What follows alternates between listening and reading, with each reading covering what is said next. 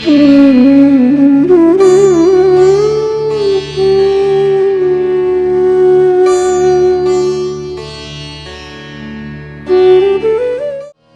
हनुमान की उमापति महादेव की। परमानंदमयी ज्ञानमयी कथा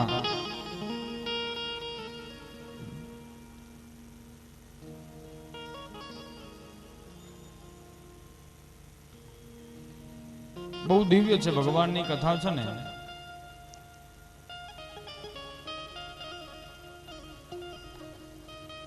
जीव मात्र नु कल्याण भगवान की कथा करे छे। 6 दिवस थी आपणे भगवान की कथा ने सांभळीए छीए। अनेक ऋषिओं नी, महात्माओं नी, राजाओं नी कथा आपणे सांभળી। आ कथा ए मने तमने शीखवे छे के सत हरि भजन जगत सब सपना। साची वस्तु जो कोई होय तो ए परमात्मा नु भजन छे।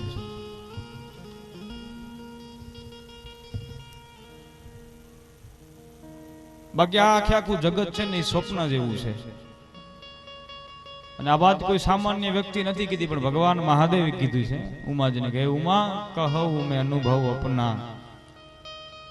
સત હરિ ભજન જગત સબ સપના। મહારાજ જે સાચી વસ્તુ છે, જે મારું તમારું કલ્યાણ કરે છે, એના તરફ આપણી દ્રષ્ટિ જતી જ નથી।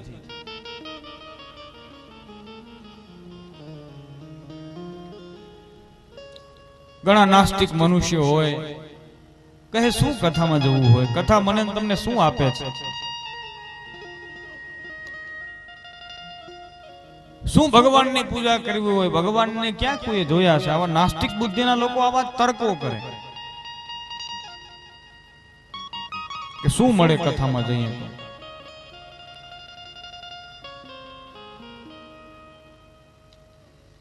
લોકો ભગવાનને માનતા નથી, आत्मा ना कल्याण अर्थे भगवान की कथा सांभळवानुं लोको पसंद करता नथी। आ बधाय विनाश ना पाया छे।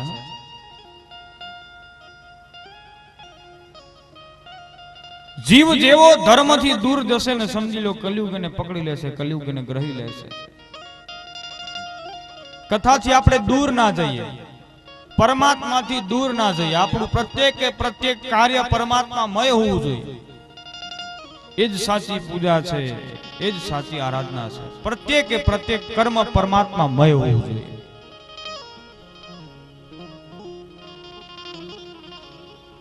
अने प्रभु बधायनी नोंध ले ज छे। जे कोई मानवी कर्म करे परमात्मानी अवश्य एना उपर नजर होय छे। कोण कोण सात्विक सारा कार्यो करे छे, कोण कोण सारा कार्यमां अड्डा टांटिया नाखे छे, परमात्मा ने बधी खबर छे। केवा केवा लोको लाभ मळ्यो होवा छतां पण ए अवसर ने गुमावी दे छे। आ समय खूब किंमती छे। नाणा तो मने तमने घणी बधी वखत नाणा कमाવાનો મોકો મળશે, પણ પુણ્ય કમાવાનો મોકો જીવનમાં વારે ઘડી મળતો નથી। એ ક્યારેક જીવનો ભાગ્યોદય થાય ને ત્યારે જ એને પુણ્ય કમાવાનો અવસર મળે છે। આ એક અવસર છે।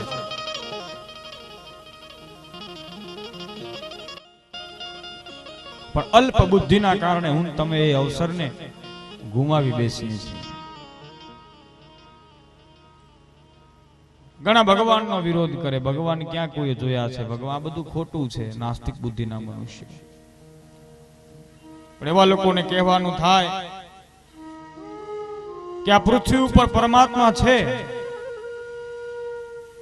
अने अमुक नास्तिक बुद्धि ना लोकोने एवा समजाववा माटे थईने पृथ्वी उपर आ परमात्मा क्यारेक क्यारेक एवा चमत्कारो पण करे छे। कारण के आ तो दुनिया छे भाई, चमत्कार वगर नमस्कार करती नहीं। परमात्मा आवा चमत्कारों पण देखाड़े छे। परमात्मा पृथ्वी पर छे। तमे भगवान नु भजन करो छो, पूजा पाठ करो छो, सत्कर्म करो छो, कथा करो छो, એ વ્યર્થ નથી. પરમાત્મા પૃથ્વી ઉપર છે અને એની સાબિતી આપી છે આપણા શાસ્ત્રોમાં.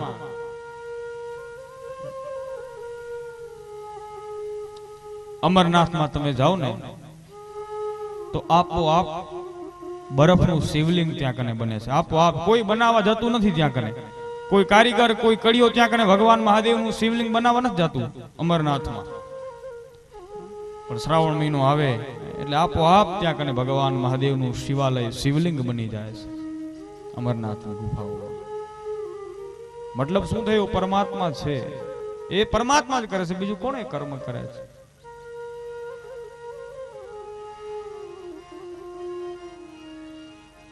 રાજસ્થાનમાં એક મંદિર છે મેહર માતાનું. એ માતાજીના મંદિરમાં દરરોજ સંધ્યા સમય થાય એટલે આપોઆપ ઝાલરનો ઝણકાર આપણને સંભળાવવા મળે. આપોઆપ ઝાલરનો ઝણકાર છે, ઝણકાર સંભળાય છે. પરમાત્મા છે સાહેબ આ પૃથ્વી ઉપર.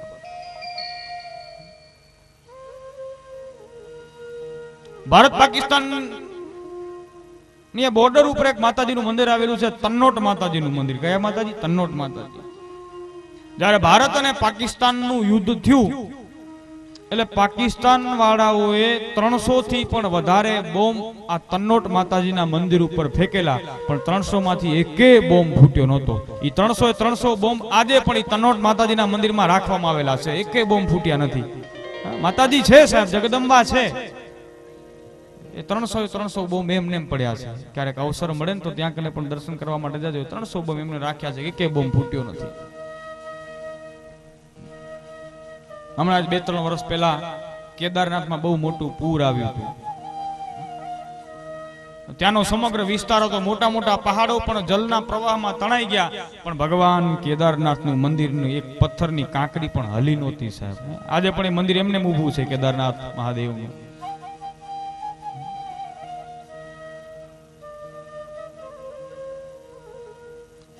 ભૌતિક વિજ્ઞાન વિવિધ પ્રકારની શોધખોળ કરી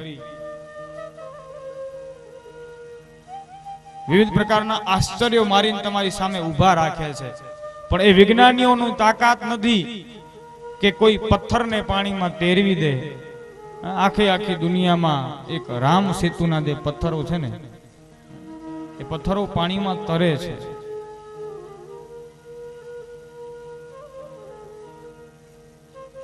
પરમાત્મા છે. જો પાત્રતા હોય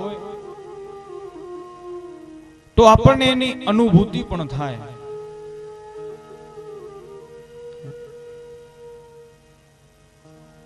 પાણી હોય, જલ હોય, એ સમયાંતરે ખરાબ થઈ જાય.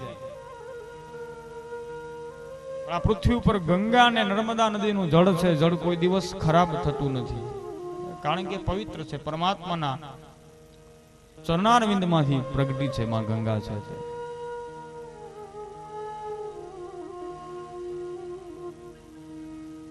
શ્રદ્ધા હોય, વિશ્વાસ હોય તો અવશ્ય પરમાત્માની પ્રાપ્તિ થાય, પરમાત્માના દર્શન થાય છે. પરમાત્માને મેળવવા હોય, પરમાને પ્રાપ્ત કરવા હોય, કોઈ વસ્તુ કોઈ પદાર્થની જરૂર નથી. માત્ર ને માત્ર તમારા મનમાં, હૃદયમાં ભાવ જાગૃત થશે, તમારી પાસે ભાવ હશે, શ્રદ્ધા હશે, તો એ શ્રદ્ધા દ્વારા જ મને તમને પરમાત્માના દર્શન થઈ જશે.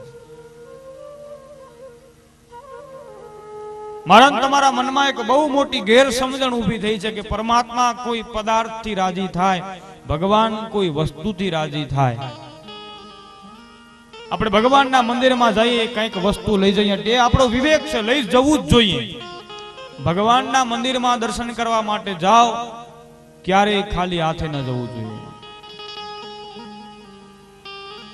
તમે ભગવાનના મંદિરમાં જાઓ, મંદિરમાં ભગવાનના દર્શન કરો, પરમાત્માના દર્શન કરો, થોડીક દક્ષિણા મંદિરમાં મૂકો, કારણ કે મંદિરનો જે પૂજારી છે ને, એનું ગુજરાન એ પરમાત્માના મંદિરની પૂજા દ્વારા ચાલે છે. તો ગામ લોકોની ફરજ છે કે આપણે એનું પાલન પોષણ કરવું જોઈએ.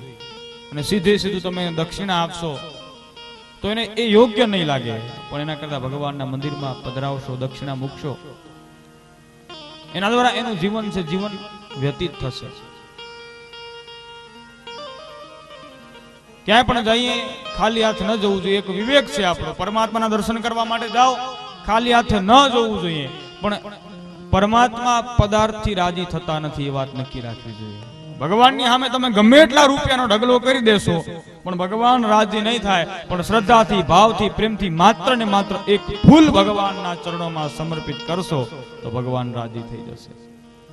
ભગવાન કોઈ પદાર્થથી રાજી નથી થતા, પણ પરમાત્મા માત્ર ને માત્ર પ્રાર્થનાથી રાજી થાય છે. ભગવાનને રાજી રાખવા હોય, ભગવાનની કૃપા મેળવવી હોય તો પરમાત્માની પ્રાર્થના કરવી જોઈએ. પ્રાર્થના થકી જ પરમાત્માની કૃપા જીવને પ્રાપ્ત થાય છે. અને પ્રાર્થના પાછી કેવી હોવી જોઈએ? પ્રાર્થનામાં ભગવાન પાસે કોઈ વસ્તુની માંગણી નથી કરવાની. આપણે ભગવાનના મંદિરમાં દર્શન કરવા માટે જાય, પણ પેલું પગથિયું ચડવાનું શરૂ કરીને પછી કરીએ ચાલુ માંગવાનું. આ દે, તે દે, ફલાણું દે, ધીકડું દે, પૂંછડું દે. ભગવાનને ખબર જ છે કોને કેટલું આપવું. એને બધી ખબર છે કે આને કેટલું આપવા યોગ્ય છે, શું આપવા જેવું છે, શું આપવા જેવું નથી. ભગવાન પાસે કઈ માંગવાની જરૂર નથી.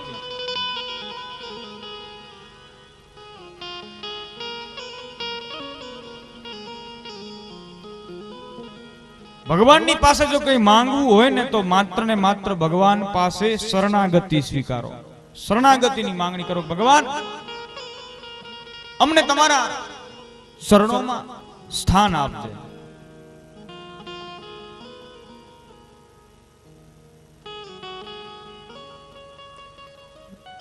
એક મહાત્માજી થઈ ગયા કૃષ્ણ ચિત્ત નામના સ્વામીજી. ભગવાનને જયારે પ્રાર્થના મંદિરમાં જયારે દર્શન કરવા માટે જતા ને, તો એમ પ્રાર્થના કરતા કે ભગવાન, હું પાપી છું ને પાપ કરવા માટે આવ્યો છું. અમારી આંખો ખૂબ પાપી છે. એ પાપી આંખો તમારા દર્શન કરવાને પણ લાયક નથી, પણ તે છતાં ભગવાન, હું તમારે ત્યાં દર્શન કરવા માટે આવ્યો છું. મારા દર્શનનો સ્વીકાર કરજો ને મને સારી બુદ્ધિ આપજો, સન્મતિ આપજો. સંપત્તિની માંગણી પરમાત્મા પાસે ન કરો. ભગવાન પાસે સન્મતિની, સારી બુદ્ધિની માંગણી કરો. કારણ કે સંપત્તિ હોય ત્યાં કને સન્મતિ હોય એ નક્કી નથી, પણ જેની પાસે સારી બુદ્ધિ હશે, સન્મતિ હશે, એની પાસે આજે નહીં તો કાલે અવશ્ય સંપત્તિ આવશે જ. સંપત્તિ હોય ત્યાં સન્મતિ હોતી નથી, પણ જ્યાં સન્મતિ હોય ત્યાં સંપત્તિ અવશ્ય હોય જ છે.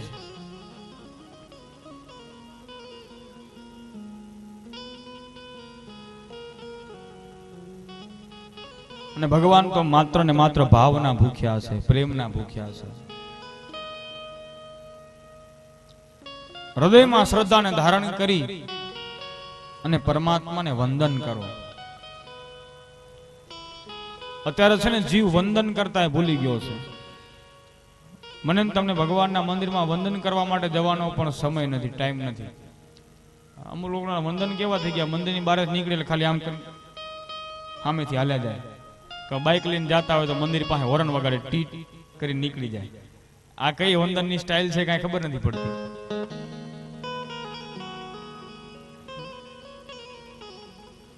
ભગવાનને દેખાડતા હશે કે ભાઈ મેં તમારી સામે ગાડી લઈને નીકળ્યા.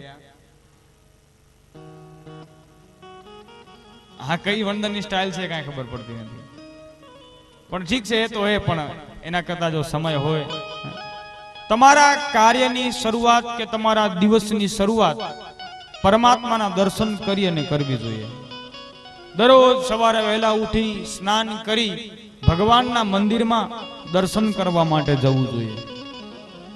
તમે સ્નાન કરો અને સ્નાન કર્યા બાદ ભગવાનના દર્શન કરતા નથી, કોઈ સત્કર્મ કરતા નથી, તો તમારું એ સ્નાન વ્યર્થ છે. એ સ્નાનનો કોઈ મતલબ નથી.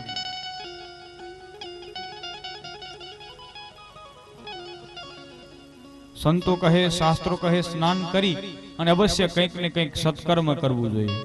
અને ભોજન કર્યા પહેલા કંઈક સત્કર્મ કરવું જોઈએ. સ્નાન પછી સત્કર્મ નથી કરતા તો તમારું સ્નાન વ્યર્થ છે. અને ભોજન પહેલા તમે સત્કર્મ કરતા નથી તો તમારું ભોજન વ્યર્થ છે.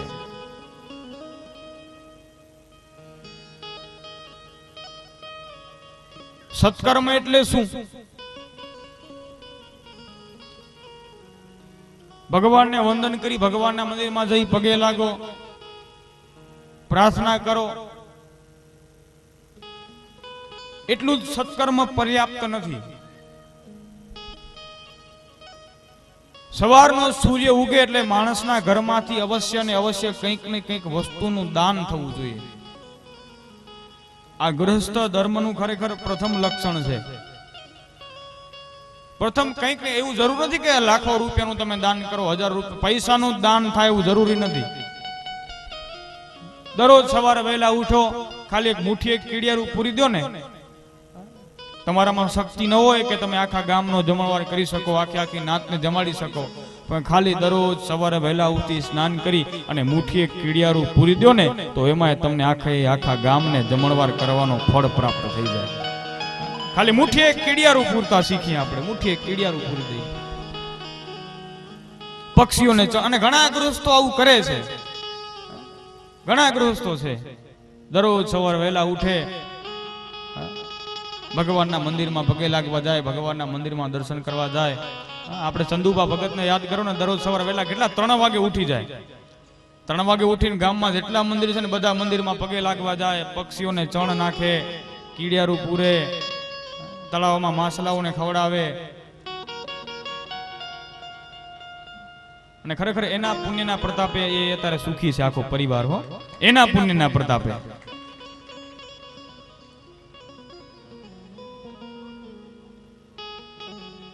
અને આજ સત્કર્મ છે સાહેબ. બીજું ક્યાંય જવાની જરૂર પણ નથી. બીજું કઈ આપણાથી થઈ પણ શકે નહીં, કે વ્રતો નિયમો ઉપવાસો આપણાથી ના થઈ શકે.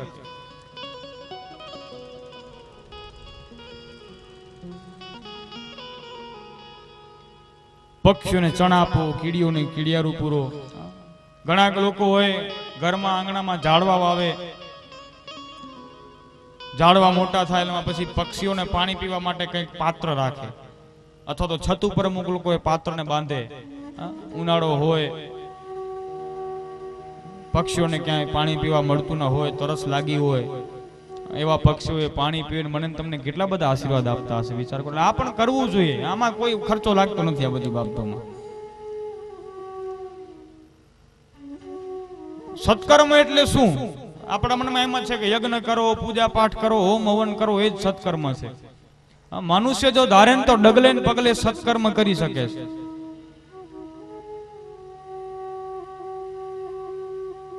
દરરોજ સવારે વહેલા ઉઠો, બહેનોનો નિયમ હોય ઘરની સાફ સફાઈ કરે, ઘરની સ્વચ્છતા કરે, ઘરની સાફ સફાઈ કરે, ઘરનું આંગણું છે આંગણું વાળે, પણ આંગણાની સાથે સાથે ગામની જરાક શેરી વારી નાખે ને પોતાના ઘરની આજુબાજુની, તો એ સત્કર્મ જ છે.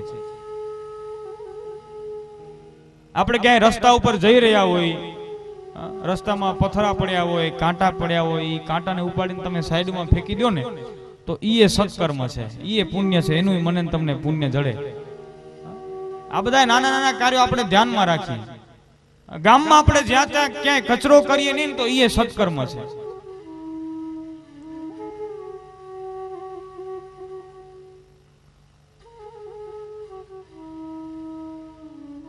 કેવું સુંદર મજાનું ગામ હોય, ગામની મધ્યમાં એક રામ મંદિર હોય, એ રામ મંદિરે બધા વૃદ્ધો વડીલો બેસતા હોય,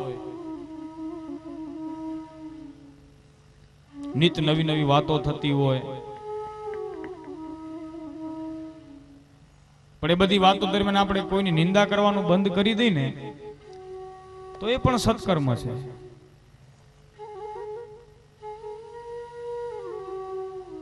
ઘણા લોકોને ટેવ હોય ગુટકા, પાન, મસાલા, તમાકુ બધું ખાતા હોય, એ ખાઈને જ્યાં ત્યાં થૂકતા હોય, જ્યાં ત્યાં ગંદકી કરતા હોય, એ બંધ કરી દે ને તો એ સત્કર્મ છે. બીજું કઈ કરવાની જરૂર નથી એને.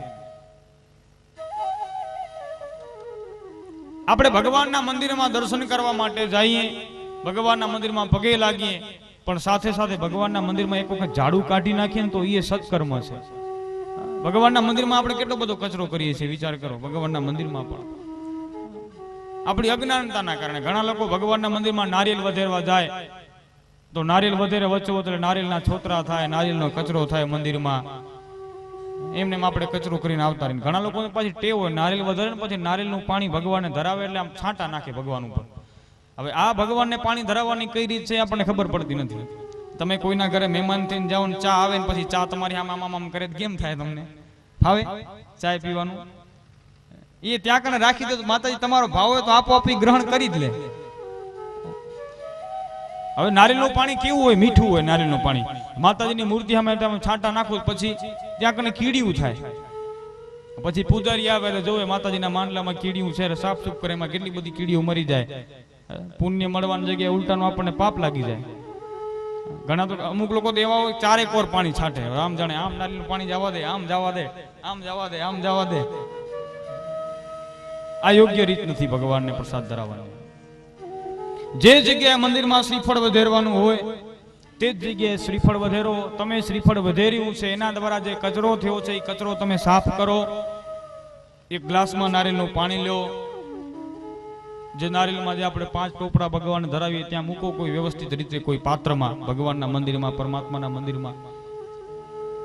ભાવ હોય તો અવશ્ય ભગવાન સ્વીકાર કરે જ છે. આ બધા સત્કર્મો છે. એટલે આવા કર્મો મનુષ્ય કરવા જોઈએ. પણ આપણે આ બધું છોડી દઈને કંઈક બીજું જ કરવા હાલી નીકળ્યા છે. અને એ વિશે પણ આપણે બરોબર જાણતા નથી સાચું છે ખોટું છે. એમાં આપણે શંકાશીલ આપણું મન છે.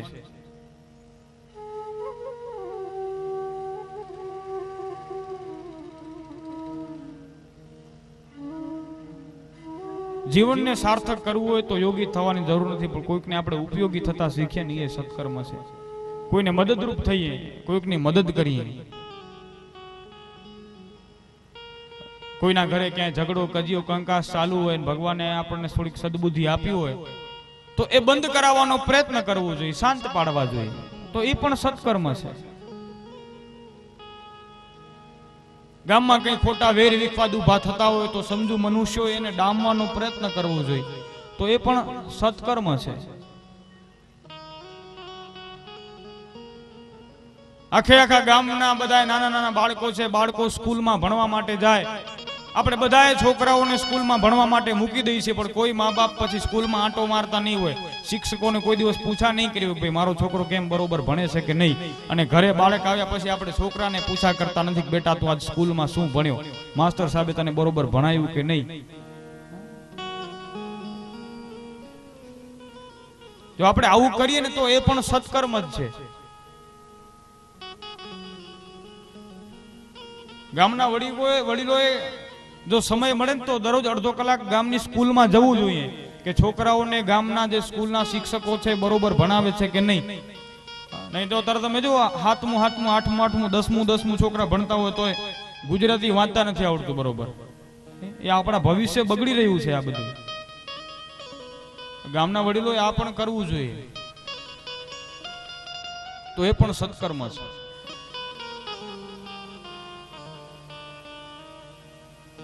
વૃદ્ધો વડીલોથી બીજું કઈ કાર્ય કદાચ ના થાય તો અડોશ પડોશમાં જે નાના નાના બાળકો રહેતા હોય એ બાળકોને દરરોજ સાંજે અડધો કલાક ઘરે બોલાવીએ કે કોઈ દેવ મંદિરમાં બોલાવી અને કોઈક સારી વાત કરી, કંઈક સારા સંસ્કાર આપીએ તો એ પણ સત્કર્મ છે.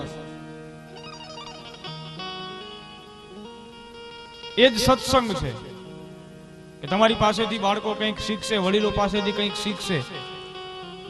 એ વડીલોની વાત માનતા થશે. અત્યારના છોકરાઓ નહીં તો વડીલોની વાત પણ માનતા નથી.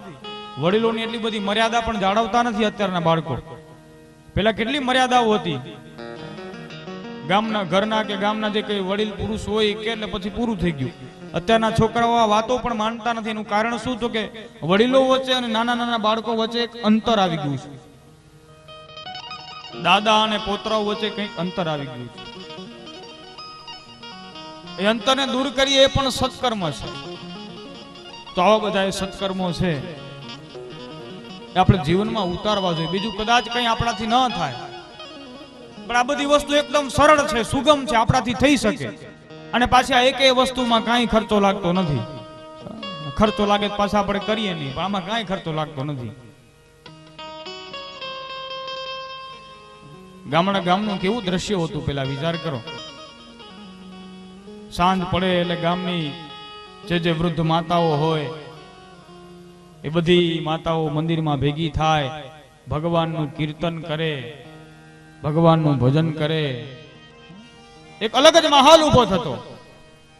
ગામના જે વૃદ્ધ વડીલો હોય સવારે વહેલા બ્રહ્મ મુહૂર્તમાં જાગે, પ્રભાત ફેરીઓ નીકળતી ગામડામાં.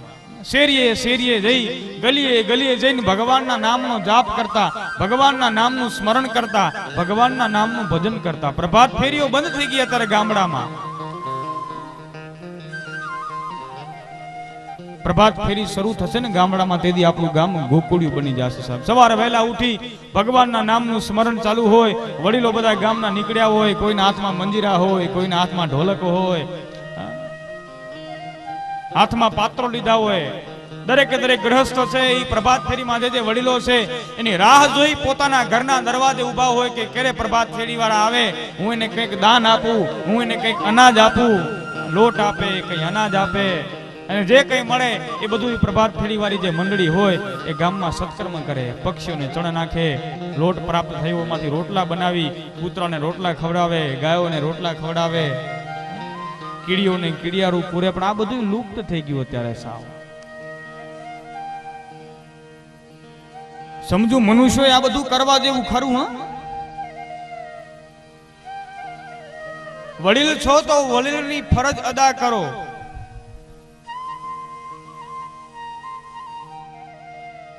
અને કદાચ જો દરરોજ પ્રભાત ફેરી ન નીકળી શકે આપણાથી, તો અઠવાડિયે એક વખત ગામમાં પ્રભાત ફેરી નીકળવી જોઈએ.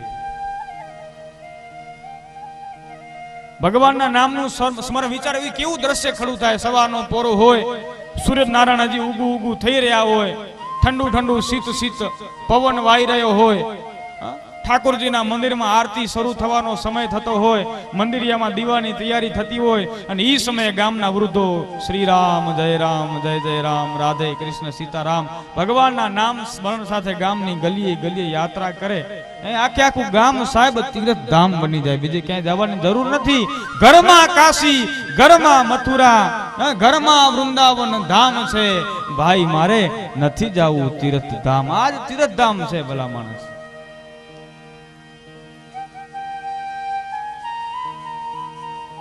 અઠવાડિયે પ્રભાત ફેરી ન નીકળે તો મહિને એક પ્રભાત ફેરી કાઢવી જોઈએ. પેલા તો દર સોમવારે ગામમાં જે ભજનની મંડળી હોય એ ભજનની મંડળી ભગવાન મહાદેવના મંદિરમાં દરરોજ સોમવારે રાત્રિએ ભગવાનનું ભજન કરે. એ ભજન પણ લુપ્ત થઈ ગયા. મહિને મહિને ભગવાનના ભજન થતા, ભગવાનનું સ્મરણ થતું, ભગવાનનું સંકીર્તન થતું. જ્યારે આવું દ્રશ્ય ગામનું ખડું થશે ને ત્યારે સાહેબ ઘરે ઘરે સ્નેહની સરિતા ઊભી થશે. ઘરે ઘરે સ્નેહની સરિતા વહેવા લાગશે.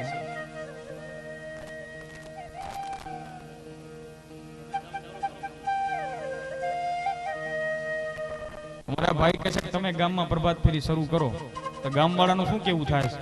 કરાય કે નહીં? ન કરાય? કોઈ જવાબ નથી આપતું. ન કરાય. જરાક હાથ ઊંચો કરો તો ખબર પડે આપણા ગામમાં પ્રભાત ફેરી શરૂ થવી જોઈએ. કેટલા આવશે? આપણે કરીએ ચાલુ. મહિને એક વખત.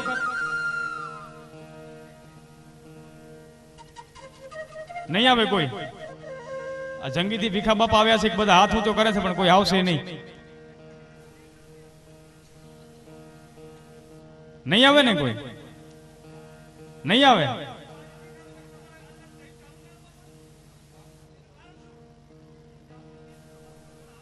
પેલા હાલતી હતી ને, તો વળી પાછી ચાલુ કરવી હોય તો આ કથાથી એક યાદી રહે આપણા ગામમાં. મહિને એક વખત, રોજ ન થાય કે મહિને એક વખત આપણે એક તિથિ રાખીએ નક્કી.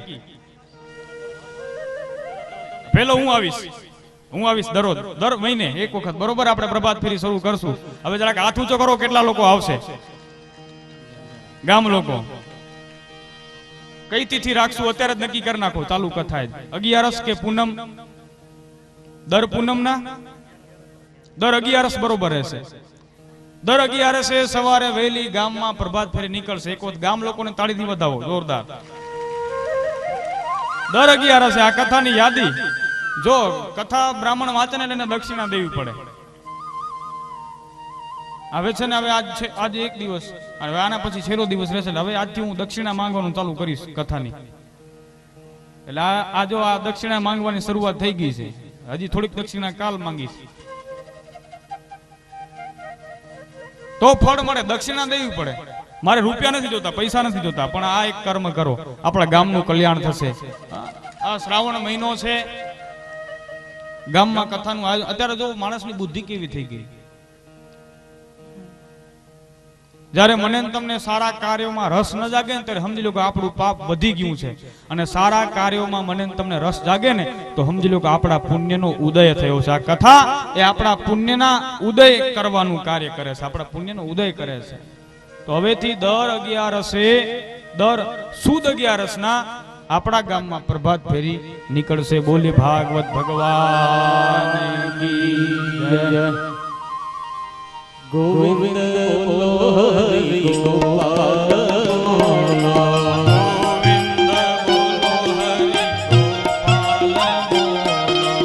ગોવિંદ બોલો હરિ ગોપાલ બોલો, ગોવિંદ બોલો હરિ ગોપાલ બોલો, હે રાધા હરિ ગોવિંદ બોલો,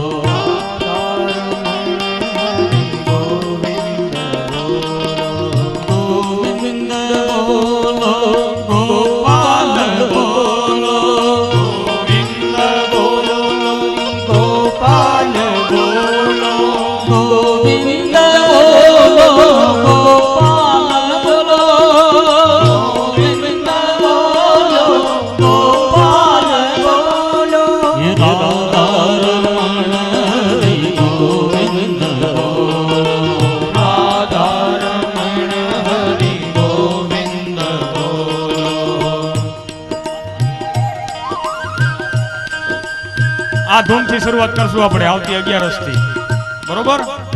પછી આવજો બધા. જો કથામાં બધા વચને બંધાણા છો, નહીં તો કથાનું ફળ નહીં મળે.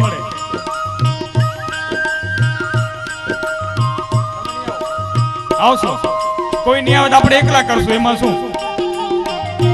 આપણે એકલા બાકી શરૂઆત કરવી એટલે કરવી. હવે થઈ ગયું નક્કી.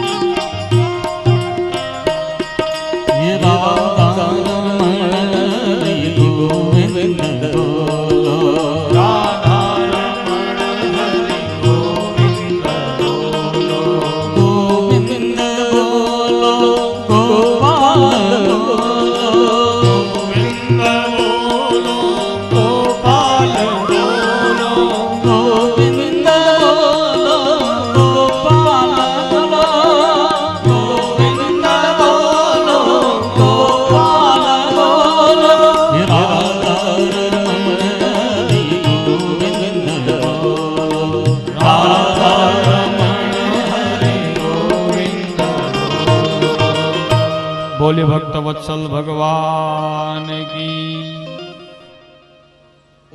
બરોબર છું ને? હજી નકા કઈ નિર્ણય બદલાવો તો નક્કી કરી લેજો. ફાઇનલ છે ને? હજી બરોબર હોકારો મળતો નથી, એટલે કદાચ ડાઉટ જેવું લાગે ખરું થોડુંક. એક કોઈ જોરથી હાથો પાડો જો ફાઇનલ હોય તો. શું થયું હવે? ઈચ્છા નથી લાગતી કોઈને.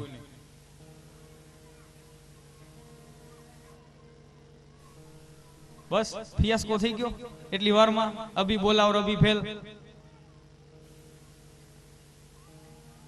આમાં ક્યાંથી પાકે પાડ્યા?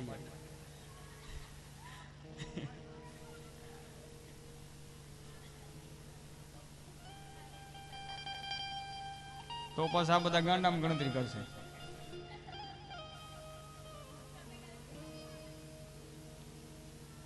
વડીલો જયારે આવું કાર્ય કરશે ત્યારે છોકરાઓ એની પાસેથી શીખશે ને. વડીલોનું ત્યારે એવું કાર્ય નથી કે છોકરાઓ એની પાસેથી કંઈક શીખ લઈ શકે. વડીલો આવું કંઈક કરશે તો છોકરાઓ એની પાસેથી કંઈક શીખશે. ગામમાં આવું કથાનું આયોજન છે ને ગામની યુવા પેઢી ગામના મંદિરમાં બેઠા બેઠા જુગાર રમે છે. આનાથી મોટી કઈ કરુણતા હોય? આપણે નથી ઈચ્છતા કે આમાં કંઈક બદલાવ આવે, સમાજમાં કંઈક સુધારો થાય. આપણે નથી ઈચ્છતા કે આપણા ગામનું કંઈક કલ્યાણ થાય, આપણા ગામને સારા દિવસો જોવાનો કંઈક સમય આવે, આપણા ગામનો વિકાસ થાય, આપણા ગામનું કલ્યાણ કોઈ નથી ઈચ્છતા. કોઈ વડીલો એમ નથી ઈચ્છતા કે મારા દીકરાઓનું કલ્યાણ થાય, મારા છોકરાઓમાં સારા સંસ્કારો આવે. અને આપણા છોકરાઓને આપણે સંસ્કાર નહીં આપી બીજું કોણ આપશે? પેલા આપણે એવું વર્તન કરીએ કે જેની પાસે ઓટોમેટિક આપણા બાળકો કંઈક શીખ લે. આપણું વર્તન એવું છે ને પછી કે છોકરા બગડ્યા છે. છોકરા નથી બગડ્યા પણ વડીલો બગડ્યા છે.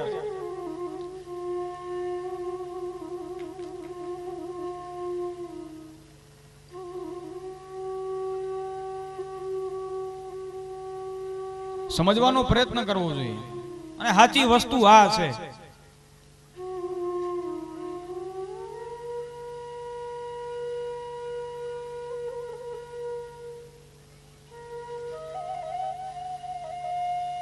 એ મને ખબર પડશે હવે આવતી 11 થી કેટલા લોકોને ગામના કલ્યાણમાં રસ છે અને કેટલા લોકો માત્ર ને માત્ર ધર્મની વાતો કરે છે. કારણ કે હું તમે વાતો બહુ કરી છે. આટલા સમયથી કથાઓ થતી હોય આપણા જીવનમાં કઈ સુધારો આવતો ન હોય તો કથાનો કઈ મતલબ નથી. આપણા ગામમાં કે આપણા જીવનમાં કઈ પરિવર્તન આવતું ન હોય તો કથાનો કોઈ મતલબ જ નથી ને. વિચાર તમારી પાસે લાખ રૂપિયાનો હોય, સારામાં સારો વિચાર હોય, પણ એ વિચારનો જ્યાં સુધી તમે અમલ નહીં કરો, જ્યાં સુધી એ વિચારને તમારા જીવનમાં નહીં મૂકો, ત્યાં સુધી વિચારનો કોઈ મતલબ જ નથી.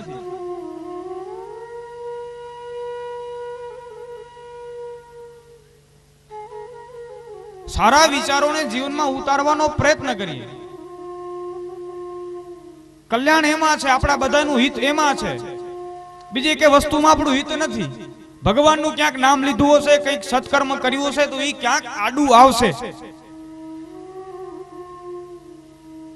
આપણા મનમાં જે ઈર્ષા, વેર, અદેખાઈ બધું ભરાઈ ગયું છે ને એ બધાને કાઢવાનું અતિ ઉત્તમ ઔષધ જો કોઈ હોય ને તો એ ભગવાન રામનું નામ છે, પરમાત્માનું નામ છે. અને શરમાવાના બીજા ઘણા ઠેકાણા છે. કોઈની નિંદા કરતા માણસે શરમ આવી જોઈએ. કોઈ સારું કાર્ય કરતું હોય તો એ સારા કર્મમાં પગ નાખતા, ટાંટિયા ખેંચતા માણસને શરમ આવી જોઈએ. નબળી વાત કરતા માણસને શરમ આવી જોઈએ. પણ ભગવાનનું નામ લેવામાં શેની શરમ આવે જીવને?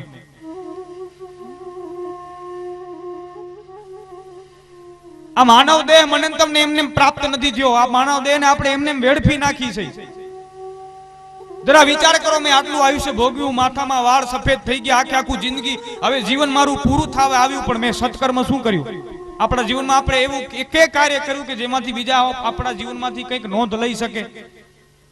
આપણા છોકરાઓને એમ થાય કે અમારા બાપા આવા હતા, અમારા બાપાએ આવું કામ કર્યું તો અમારે આવું કાર્ય કરવું જોઈએ, અમારા વડીલોએ આવું કાર્ય કર્યું તો અમારે આવું કાર્ય કરવું જોઈએ. એક કાર્ય આપણે એવું કર્યું છે કે આપણે આપણા સંતાનોને શીખ આપી શકીએ, શિખામણ આપી શકીએ.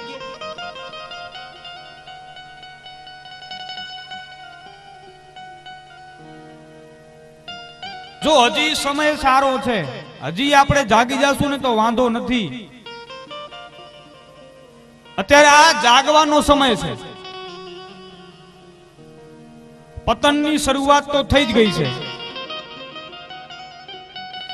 ઘરે ઘરે કજિયા છે, પણ અત્યારે ગામમાં કોઈ જગ્યાએ કોઈ ઘરે કજિયો ચાલુ હોય, કંકાસ ચાલુ હોય તો ગામમાં 4-5 એવા સારા વડીલો નીકળે કે ઘરમાં જાય એને સમજાવટ કરી અને કજિયો છે કજિયો શાંત કરી આપે. પણ ભવિષ્યનો સમય એવો આવશે કે જ્યારે કજિયા થશે ને ત્યારે કોઈ સમજાય વાળું નહીં હોય, કોઈ મુકાવ્યા વાળું નહીં હોય. બધા હળી ઉકાર્યા વાળા હશે, કોઈ આગને ઓલાયા વાળું નહીં હોય. અને આપણે છે ને આગને ઓલવવા વાળા પેદા કરવાના છે, એને પ્રગટ કરવાના છે. આ હળિયું કરવા વાળાને ડામવાના છે. આપણે આપણા ગામનું કલ્યાણ કરવાનું છે, આપણા ગામનું હિત કરવાનું છે. ત્યારે સમાજનું કલ્યાણ થશે, ત્યારે રાષ્ટ્રનું કલ્યાણ થશે. આખા દેશમાં અભિયાન ચાલે છે સ્વચ્છ ભારત, સ્વચ્છ ભારત. પણ એમ સ્વચ્છ ભારતના અભિયાન ચલાવવાથી કે આંદોલન કરવાથી આપણો દેશ સ્વચ્છ નહીં થાય, પણ આખા દેશનો એક નાગરિક જાગશે અને એક નાગરિકને એમ થશે કે આપણે આપણા દેશને સ્વચ્છ રાખવો જોઈએ. અને એ માણસ સમજશે, એ માણસ સમજી અને પોતાના ઘરનું આંગણું જેથી ચોખ્ખું કરી નાખશે ને ત્યારે આપણો આખો દેશ છે ને સ્વચ્છ થઈ જશે, ચોખ્ખો થઈ જશે. આ ખાલી તાળી પાડવાની વાત નથી, આ બધી વાતોને જીવનમાં ઉતારવાની છે. કઈ હારી વાત થાય તો કે વાહ વાહ વાહ, શું મતલબ? તાળી નહીં પાડો ને તો ચાલશે, પણ વાતને જીવનમાં ઉતારો. આ કોઈ આ સભા નથી સંબોધિત અહીંયા કને. આ સભાનું આયોજન નથી કર્યું આપણે. આ ભગવાનની કથા કરવાની છે. હું કોઈ રાજકારણી માણસ નથી ને કે આવ્યો કે તમારા ગામમાં હું ઘરે ઘરે તમારા ઘરે ઘરે પાણીનો નળકો લઈ આવીશ તો વળી બધા તાળી ઉપાડે. આ એવું નથી કરવાનું આપણે અહીંયા કને. તમારા ઘરે ઘરે લાઈટ આવી જશે, પાણી આવી જશે. વાહ વાહ વાહ વાહ. આ કોઈ સભા નથી, આ કોઈ કાર્યક્રમ નથી, અને હું કોઈ કલાકારે નથી. કલાકારને તાળીથી બિરદાવો સારું છે, બિરદાવો હોય ને તો આ કલાકારોને વગાડો જે પોતાને આ કલાકારો છે એમના માટે તાળી વગાડો. મહેનત કરી કરીને મને તો આજ 6 દિવસથી 5 દિવસથી આનંદ અપાવી રહ્યા છે આ કલાકારો બધા. કથા એ જીવનમાં ઉતરે એ જ સાચી વસ્તુ છે. કેટલાય વર્ષોથી કથા થાય છે, કેટલા લોકો કથા સાંભળે છે, પણ કથાનો કઈ અસર દેખાતો નથી સમાજમાં.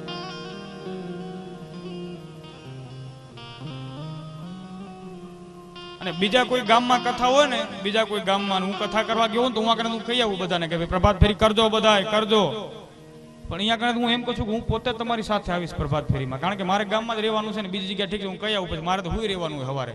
એવી રે કરે તો ભલે ન કરે તોય, બાકી મારે તો અહીંયા આખી જિંદગી લલિયાના ગામમાં જ કાઢવાની છે ને. એટલે બધાએ જોશે, એટલે આપણે બધા સાથે મળીને આ ગામનું કલ્યાણ કરવાનું છે. હું કોઈ ઉપર થોપતો નથી આ વાત કે તમે બધાએ કરો તો જ સારું છે. આ વાત બધી પાછી મને લાગુ પડે છે. આ કથા છે, કથા બધાય માટે છે. એવું નથી કે હું અહીંયા કને બેઠા બેઠા કથા કરું છું કે હું પામી ગયેલો જીવ છું, મને બધું પ્રાપ્ત થઈ ગયું છે જ્ઞાન. આ કથામાંથી મારે પણ જ્ઞાન લેવાનું છે, મારે આ કથા જીવનમાં ઉતારવાની છે. અને મારા જીવનમાં કથા નહીં ઉતરે તો પછી તમારા બધાના જીવનમાં કથા ક્યાંથી ઉતરશે? હું અહીંયા કને બેઠા બેઠા વાતો કરું, ભાઈ બીડી પીવાય નહીં, વ્યસન નુકસાન કરતા છે, વ્યાસપીઠી ઉતરતા ભાઈ શિવાજી બીડી લાવો, તો કઈ મતલબ છે? આ કથા મારે જીવનમાં ઉતારવાની છે, અને તો જ કથાનું આપણને ફળ મળશે, નહીં તો કોઈ મતલબ નથી. સમજવાનો પ્રયત્ન કરવો જોઈએ આપણે બધા. ખબર નહીં આપણે ધર્મનું નામ આવે એટલે કેમ છેટા જતા રહી છે. માણસની વૃત્તિ એવી થઈ ગઈ, વૃત્તિ જ એવી થઈ ગઈ કે સારી વસ્તુ પચતી નથી, સત્ય વસ્તુ પચતી નથી. હજી કથામાં આવી ઘણી બધી વાતો છે જે મારે તમને કરવી છે પણ નથી કરી શકતો, કારણ કે આપણે નહીં પચે એ બધી વાતો. આપણી વૃત્તિ એવી થઈ ગઈ છે.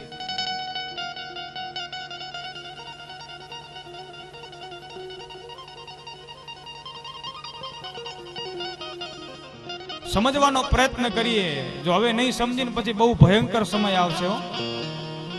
અને એનું પરિણામ મારે તમારે બધાએ ભોગવવું પડશે, બધાએ ભોગવવું પડશે, કોઈ નહીં છૂટી શકે એમાંથી. આપણે ધર્મની વાતો ખૂબ કરી છે, મહાનતાની, પુણ્યની, સત્કર્મની બહુ વાતો કરી છે, પણ જીવનમાં ઉતારતા નથી. તકલીફ ક્યાં ઊભી થાય? કઈ સમજણ પડી કે નહીં? પાછી દરેક માનવીએ સમજવું જોઈએ. આ કથા મને તમને બહુ શીખવે છે, માણસને જીવતા શીખવે છે. અને જેનું જીવન સારું હશે ને એનું જ મરણ સારું થશે, અને જેનું મરણ સારું થશે ને એને આખી આ દુનિયા કે આ જગત યાદ કરશે.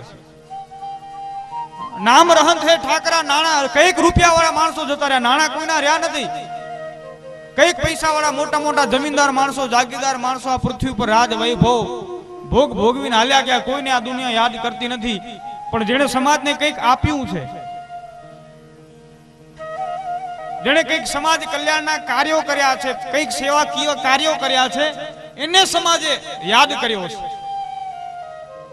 અને એવા વ્યક્તિનું ક્યારે મરણ થતું નથી, જગત એને યાદ કરે છે. જે વ્યક્તિએ કંઈક સાત્વિક કે સારા સારા કર્મો કર્યા છે ને, જેણે કંઈક પુણ્ય કર્મ કર્યા છે, જેણે સમાજને એક રાહ દેખાડ્યો છે, કે રાહ ચીંધ્યો છે.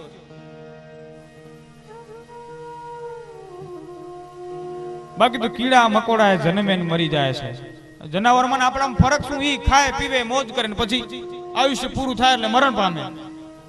ભગવાને આપણને માનવ બનાવ્યા છે તો માણસને શોભે એવા કર્મો કરવા જોઈએ.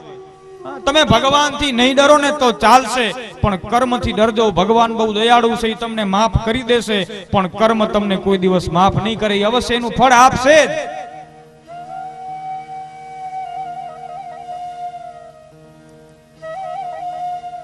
અને કર્મ ઉપર આપણો અધિકાર છે. ભગવાને આપણા હાથમાં સોંપ્યું છે કે તમારે કેવા કર્મો કરવા. ભગવાને આ કેવું આપણને સુંદર મજાનું શરીર આપ્યું, તો કંઈક સત્કર્મ કરવા માટે, કંઈક પુણ્ય કર્મ કરવા માટે. આપણે બધું વેડફી નાખીએ છીએ, એનો ઉપયોગ કરતા નથી, સદુપયોગ કરતા નથી. ભગવાન કહે છે કે બીજી વખત આને આ બધું આપવાની કોઈ દિવસ ભૂલ કરાય નહીં. હાથ આપ્યા સેવા કરવા માટે, મુખ આપ્યું ભગવાનનું ભજન કરવા માટે, આંખ આપી ભગવાનના દર્શન કરવા માટે, કાન આપ્યા ભગવાનની કથા સાંભળવા માટે, પગ આપ્યા તીર્થયાત્રા કરવા માટે. આપણે આ એકે કાર્યો કરતા નથી.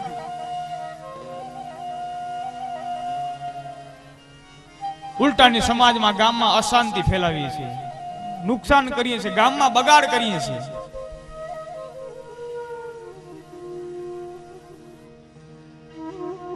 સમજવાનો પ્રયત્ન કરીએ, કારણ કે સમજુ માણસ હોય ને એને એક ટકોરું કાફી છે. બાકી ભેંસ આગળ ભાગવત વાંચવાનો કોઈ મતલબ નથી. એ અંતે ના સમજે. હવે આપણે વિચાર કરીએ આપણે કોણ છે, ભેંસ છે કે શું છે? આટલો ટાઈમ ભાગવત સાંભળીને જો આપણા જીવનમાં કઈ પરિવર્તન ના આવે ને તો સમજી લો કે આપણામાં ભેંસમાં કઈ ફરક નથી. કદાચ મારા શબ્દો તમને થોડા કડવા લાગે, પણ આ જ સત્ય વસ્તુ છે. આપણે અંતે સ્વીકારવી જ રહી. અને ભૂલ કોનાથી નથી થતી? બધાથી ડગલે ને પગલે ભૂલ થાય, પણ કંઈક સત્કર્મ કર્યું હોય ને તો પરમાત્મા એનાથી આપણું રક્ષણ કરે છે. તમારી આ વાતને જીવનમાં ઉતારવાનો પ્રયત્ન કરજો. કથામાં તો ઘણા બધા લોકો આવે, ઘણા બધા લોકોને કથા કદાચ ન સ્પર્શે, પણ એ કથામાંથી કદાચ એક બે વ્યક્તિ કથા સ્પર્શી જાય અને એક બે વ્યક્તિ કથાને જીવનમાં ઉતારે ને તો આપણી આ કથા છે ને એ કથા લેખે છે.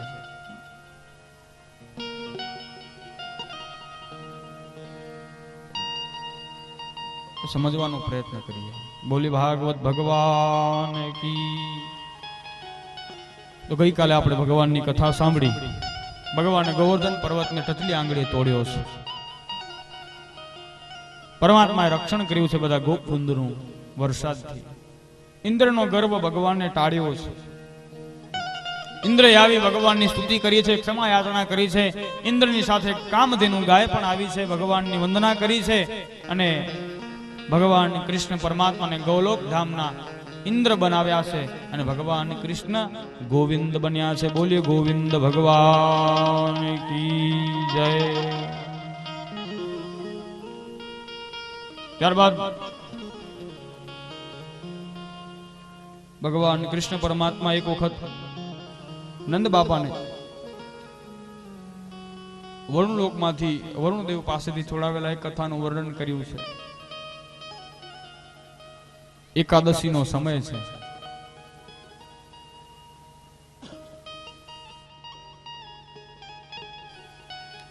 નંદ બાપા એકાદશીનું વ્રત કરે છે. એકાદશીના વ્રતના બધા નિયમો છે. 3 દિવસનું વ્રત થાય એક રીતે જોવા જઈએ તો. એકાદશી છે ને, આગલા દિવસે એક ટાણું, પછી પાછલા દિવસે એક ટાણું, 11 હોય તે દિવસે એકદમ નકોરડો ઉપવાસ કરવામાં આવે. એકાદશી છે. એકાદશીનો બહુ મહિમા છે આપણા શાસ્ત્રોમાં. એકાદશી દ્વારા જીવના આયુષ્યનું વર્ધન થાય, લાંબુ આયુષ્ય. મહિને 15 દિવસે જે વાર તહેવાર આવતા હોય એ દરમિયાન મનુષ્ય ઉપવાસ કરવો જોઈએ. ઉપવાસ તો એનાથી શું થાય? આપણા આયુષ્યનું વર્ધન થાય. કારણ કે માણસ જ્યારે પૃથ્વી ઉપર આવે ને, જન્મ થાય ને, એટલે એ અન્નજળ લખાવીને આવે. જેટલા અન્નજળ એ ખાય, જેટલા લખેલું એટલું આયુષ્ય એનું ભોગવે. અને અન્નજળ જેટલા ખૂટે એટલે પછી એને અંતે પરમ ધામને પ્રાપ્ત કરવું પડે. આમ એ અન્નજળ એટલો બચે જે સમય દરમિયાન આપણે એ અન્ન જમીએ નહીં, એ વધે. એટલે માણસનું આયુષ્ય છે, આયુષ્યમાં વર્ધન થાય, આયુષ્યની વૃદ્ધિ થાય છે આ બધા વ્રતો કરવાથી. વ્રતોનો બહુ મહિમા છે. આ શ્રાવણ મહિનો છે ને, વ્રતોનો જ મહિમા છે. આ વ્રતોનો જ મહિનો છે. આ શ્રાવણ મહિનો છે. કેટલા બધા વ્રતો આવે. જો શ્રાવણ મહિનાની શરૂઆતથી જ વ્રતથી થાય. પેલા આષાઢ મહિનાની અમાસ એટલે આપણે દિવાસો કહીએ. આપણે દિવાસો પછી એકમથી થાય ચાલુ વ્રત દશામાનું. અત્યારે દશામાના વ્રત ચાલે છે જગદંબાના. બહેનો બધા દશામાનું વ્રત કરે, માતાજીની પૂજા કરે, બધી બહેનો ભેગા થાય, કોઈ કરે માટીની માતાજીની મૂર્તિમાં બધા ભાવ ભાવ છે ને ભાઈ. માતાજી જગદંબા એ તો ભાવના ભૂખ્યા છે. ઘણા લોકો વિરોધ કરતા હોય આ બધું, પણ શ્રદ્ધા હોય તો તમને પથ્થરે આશીર્વાદ આપે સાહેબ. પથ્થરમાંથી જગદંબા પ્રગટ થાય, અવશ્ય ફળ મળે જ. અને દશામાં તો સાહેબ મારીને તમારી દશા સુધારી દે એ ભગવતી છે.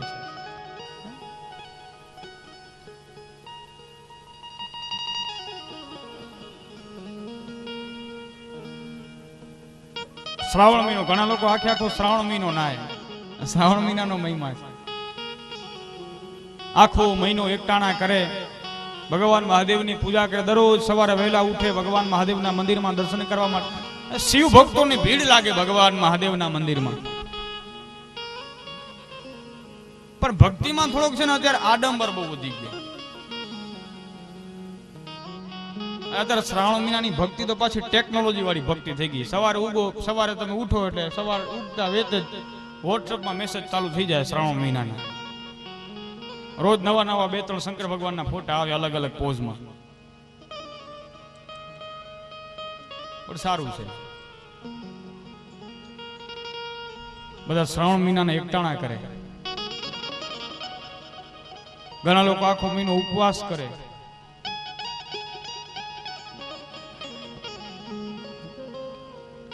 બહુ મહિમા છે. ભક્તિ કરતા થોડુંક કષ્ટ વેઠીએ ને તો આપણી ભક્તિ દ્રઢ બને છે. આ કષ્ટનું કારણ એ હેતુ છે કે કંઈક તકલીફ પડે ને, તકલીફ પડે એટલે પછી આપણે શું કરીએ, ભગવાનનું નામ લઈએ. હાથે કરીને આપણે તકલીફ પાડીએ ને પછી ભગવાનનું નામ લઈએ. આવી રીતે શરીરને કે આપણા જીવનને એક ટેવ પડે એટલે જીવનમાં ક્યારેક સાચે તકલીફ આવે ને તોય આપણાથી ભગવાનનું નામ લેવાય. આ બધા વ્રતો પાછળ આવો હેતુ રહેલો છે. એટલે આ બધા ઉપવાસ એકટાણા આદિ પણ મનુષ્ય કરવું જોઈએ. પણ અત્યારના એકટાણા પાછા એવા થઈ ગયા. શ્રાવણ મહિનાના એકટાણા, 11 એકાદશીના એકટાણા. અમારે આ મુનાભાઈ છે ને બહુ સુંદર કીર્તન ગાય. અત્યારે આપણે જેવા રહી ને શ્રાવણ મહિનાના એકટાણા. અમારા હિમાંશુભાઈ વ્યાસ, એક વખત એમને તાળીથી વધાવો જોરદાર, બહુ સારું ગાય છે. એવા જ અમારા વાંસળી વાળા ભાઈ સચિનભાઈ, જે વડોદરાથી આપણે ગઈકાલે મનસુખ માસ્તરને યાદ કરેલા ને, એ ગામના છે સચિનભાઈ. અમારા વદનભાઈ જે બેન્જો વગાડે છે, જે ગિરિબાપુ ભેગો બેન્જો વગાડવા જાય છે, પણ ગિરિબાપુ અત્યારે અમેરિકા છે, વિદેશમાં ગયા છે. એટલે આ ભાઈ આપણી સાથે આવ્યા છે બેન્જો વગાડવા માટે, વદનભાઈ. એવા જ અમારે આ ભૂદેવ છે ને, જે આ દરરોજ પૂજા કરાવે. આ કોઈ સામાન્ય ભૂદેવ નથી. આ ભૂદેવ છે ને બહુ સારા જ્યોતિષી છે અને પોતે પાછા કથાકાર છે. એમણે 2 કથા કરી છે હનુમાનજી મહારાજની. હનુમાનજી મહારાજના પરમ ઉપાસક છે અને બહુ સારા જ્યોતિષી છે. જ્યોતિષ વિદ્યામાં બહુ સારા જાણકાર છે અમારે આ નીરજભાઈ શાસ્ત્રી. એમને પણ એક વખત વધાવો. ખૂબ સારો સહકાર છે નીરજભાઈ શાસ્ત્રીનો. સાથે જે મંજીરા વગાડે ને ગાય પણ છે એવા અમારે આ ભૂપતભાઈ વેકરિયા. એ છે ને ગાય છે, તબલા પણ વગાડે ક્યારેક ક્યારેક અમારા ભેગા. છેલ્લા 1 વર્ષથી અમારી સાથે જ છે ભૂપતભાઈ. મંજીરા પણ વગાડે અને સાથે સાથે બહુ સારા કવિ છે. માતાજીના બહુ સુંદર સુંદર ગરબા રચે છે. આપણે જે બહુ પ્રખ્યાત ગરબો છે ને કે આરા સુરમાં અંબા કરે રે કિલોલ, એ ગરબો આપણે ભૂપતભાઈનો રચેલો છે. એટલે એમને પણ આપણે જોરદાર તાળીથી વધાવી. બહુ સારા સુંદર મજાના માતાજીના ગરબાઓ રચે છે, કવિ છે પોતે.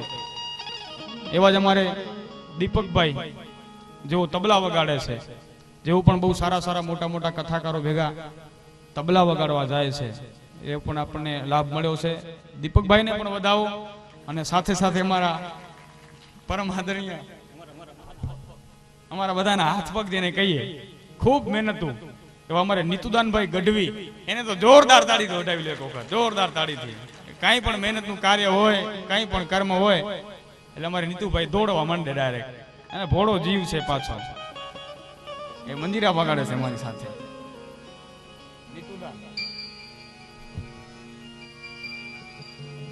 એવા જ અમારા સાઉન્ડ વાળા ભાઈ જેઓ બીજડાથી આવ્યા છે, એમને પણ વધાવો. સાથે સહકાર આપે છે આધોઈના છે અશોકભાઈ, એનો પણ સહકાર મળ્યો છે. અને આ વિડીયો શૂટિંગ વાળા બધાએ શંભુભાઈ આદિ બધા આદિપુરના છે, નવદુર્ગા સ્ટુડિયો, એમને પણ વધાવી લો તાળીથી. બધાનો ખૂબ સારો સહકાર છે, ખૂબ સારો સાથ મને તમને પ્રાપ્ત થયો છે. સાથે સાથે તમે બધા પાછા સાંભળવા આવો છો, નહીં તો કથાનું આયોજન થયું ને તમે કોઈ સાંભળવા આવો નહીં શું એટલે તમને બધાને વધાવી લો તાળી પાછા હવ ને વધાવી લો હવ.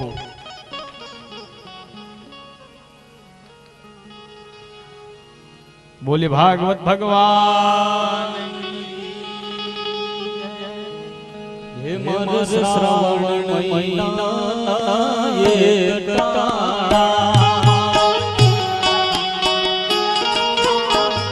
અત્યારના એક ટાણા કેવા હોય, અત્યારના એક ટાણા એના ઉપર કીર્તન છે. હે મર શ્રાવણ મહિના એક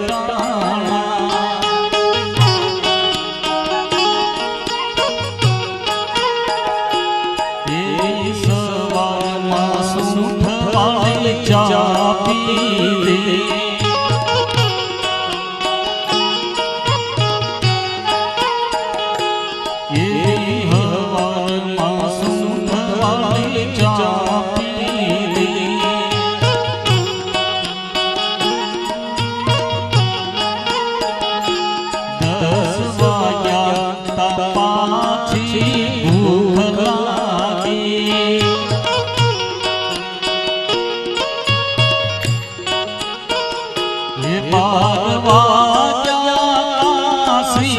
दाना से काना मर श्रावण महीना एक टाणा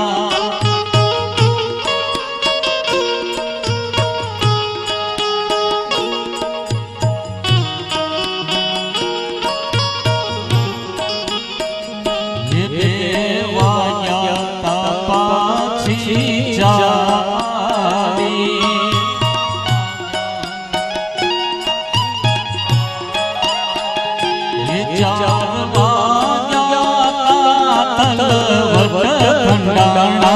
मारे श्रावण महीना एक टाणा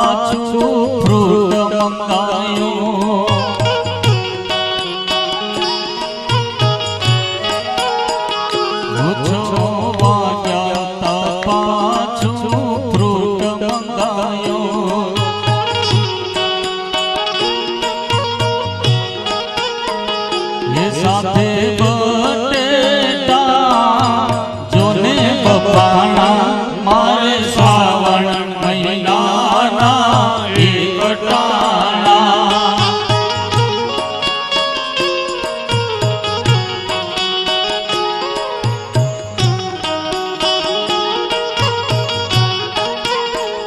એ દોઢ કિલો ફરાળ તમે જાપી ગયા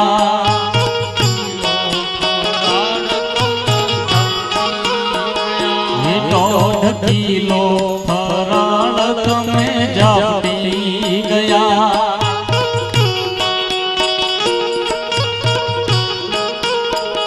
ये बेन तो ये रे छ मारे एक टाणा मारे श्रावण महीनाना एक टाणा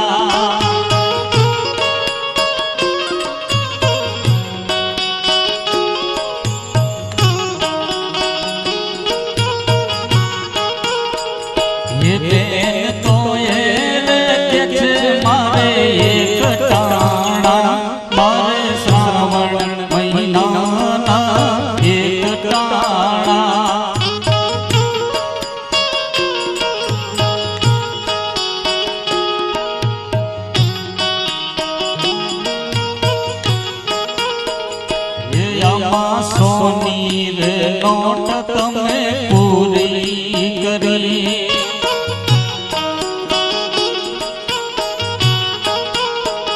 હે આમાં સોની રે નોટ તમે પૂરી કરી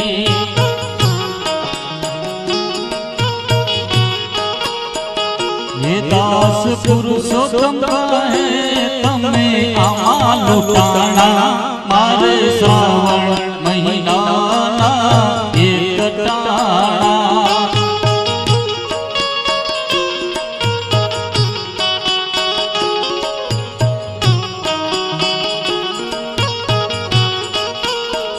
હે મારે શ્રાવણ મહિનાના એક ટાણા મારે શ્રાવણ મહિનાના એક ટાણા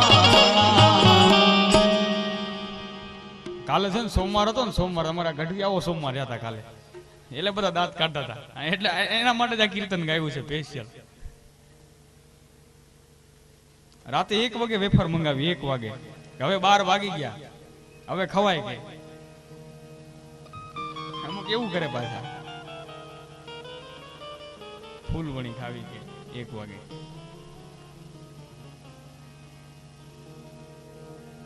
બોલે ભક્ત વત્સલ ભગવાન કી. ત્યારબાદ સુખદેવજી પરીક્ષિત રાજા સમક્ષ, જેને ભાગવતનો આપણે હૃદય કહીએ, દસમ સ્કંદ, અને દસમ સ્કંદનું પણ જેને હૃદય કહેવા આવી ભગવાનની પરમ દિવ્ય રાસ લીલાનું વર્ણન કરે છે. રાસ પંચાધ્યાયમાં આપણે પ્રવેશ કરીએ. શ્રી શુક ઉવાચ ભગવાન પિતા રાત્રિ શરદૂત ફુલ્લ મલ્લિકા વિક્ષરંતો મનસ્સક્રે યોગમાયામુપાશ્રિતા.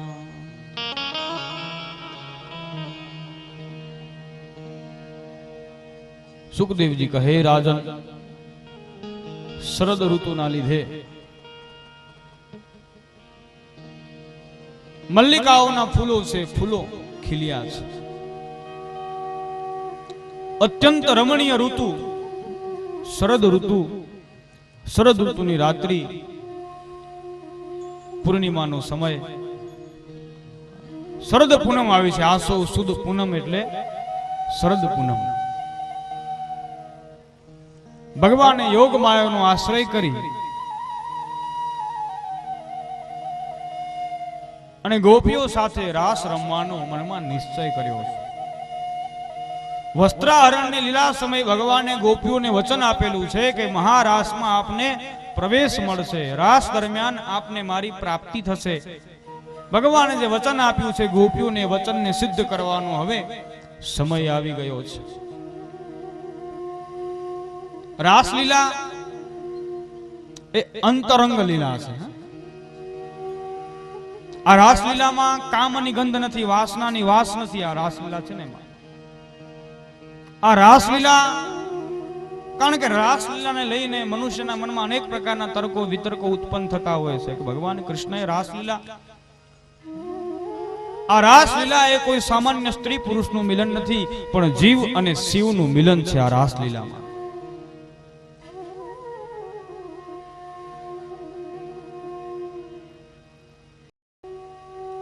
ભગવાન કૃષ્ણ એ પૂર્ણ પરમેશ્વર છે, પરમાત્મા છે. ગોપીઓ છે એ સામાન્ય જીવો છે. એ સામાન્ય જીવની પાત્રતા સિદ્ધ થતા આજે એને પરમાત્મા તત્વની પ્રાપ્તિ થવા જઈ રહી છે.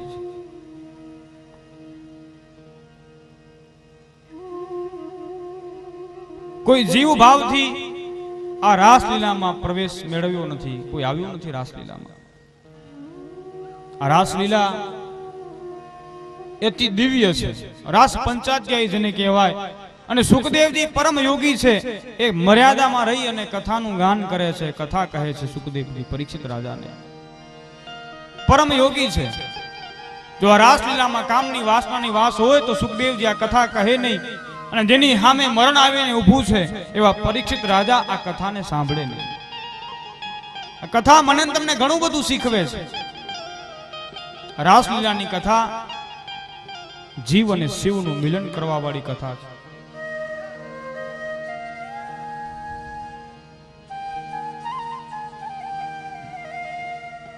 સુખદેવજી અને પરીક્ષિત રાજા વચ્ચે જ્યારે આ કથા ચાલે છે ત્યારે આ કથામાં અનેક વિદ્વાનો હાજર છે. સંતો, મહંતો, યોગીઓ, સિદ્ધો બધાય આ સભામાં બિરાજમાન છે.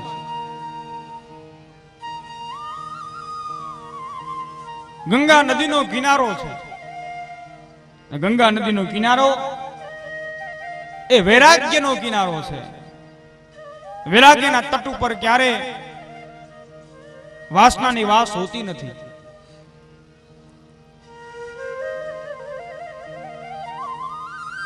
ભગવાન કૃષ્ણ પરમાત્માએ રાસલીલાની ઈચ્છા વ્યક્ત કરી યોગ માયાનો આશ્રય કર્યો છે. તે રાત્રિઓ આવી છે. ભગવાન અપિતા રાત્રિ,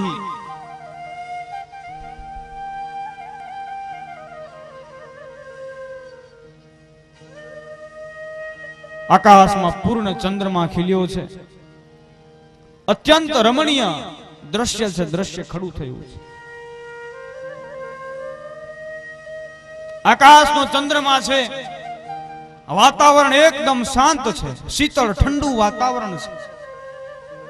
લોકોના હૃદયમાં ઠંડક પ્રસરી રહી છે.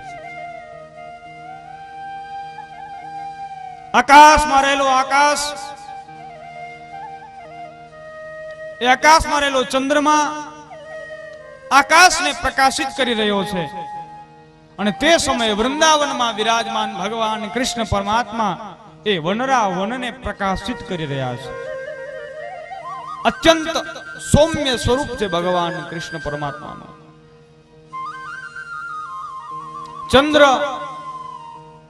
એ આકાશમાં મધુરપ ફેલાવી રહ્યો છે અને ભગવાન કૃષ્ણ પરમાત્મા વૃંદાવનમાં બેઠા બેઠા બેઠા ધીરા ધીરા ધીરા ધીરા વાંસળીના સૂર વડે એ વનરા વનમાં મધુરપ ફેલાવી રહ્યા છે.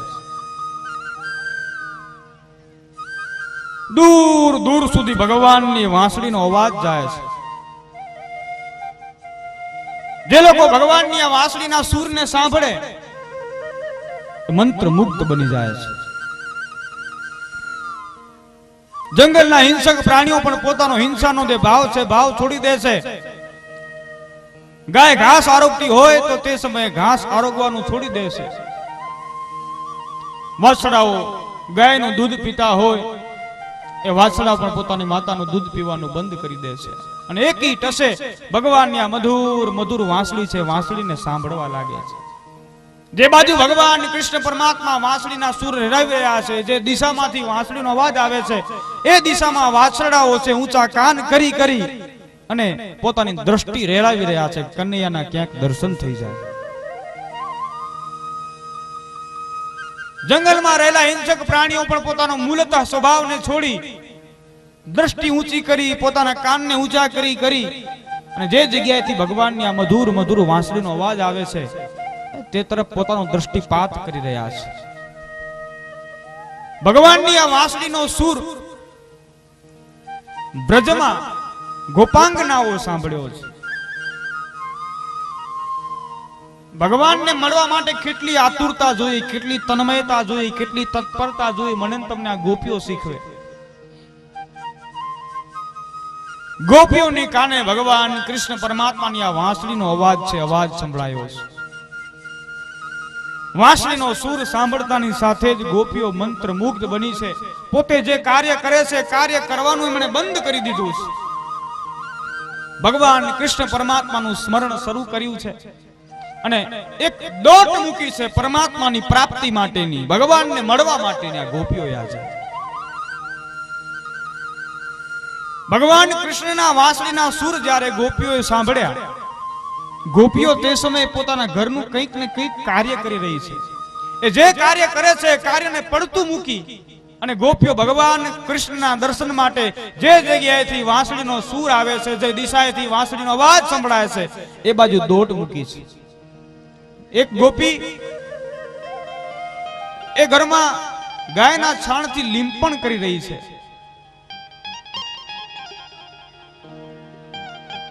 હાથ ગાયના છાણ વાળા છે, પોતાના ઘરનું આંગણું લીપી રહી છે. એ આંગણું લીપતી હતી ને ત્યાં જ ભગવાન કૃષ્ણ પરમાત્માની વાંસળીનો સૂર સંભળાયો.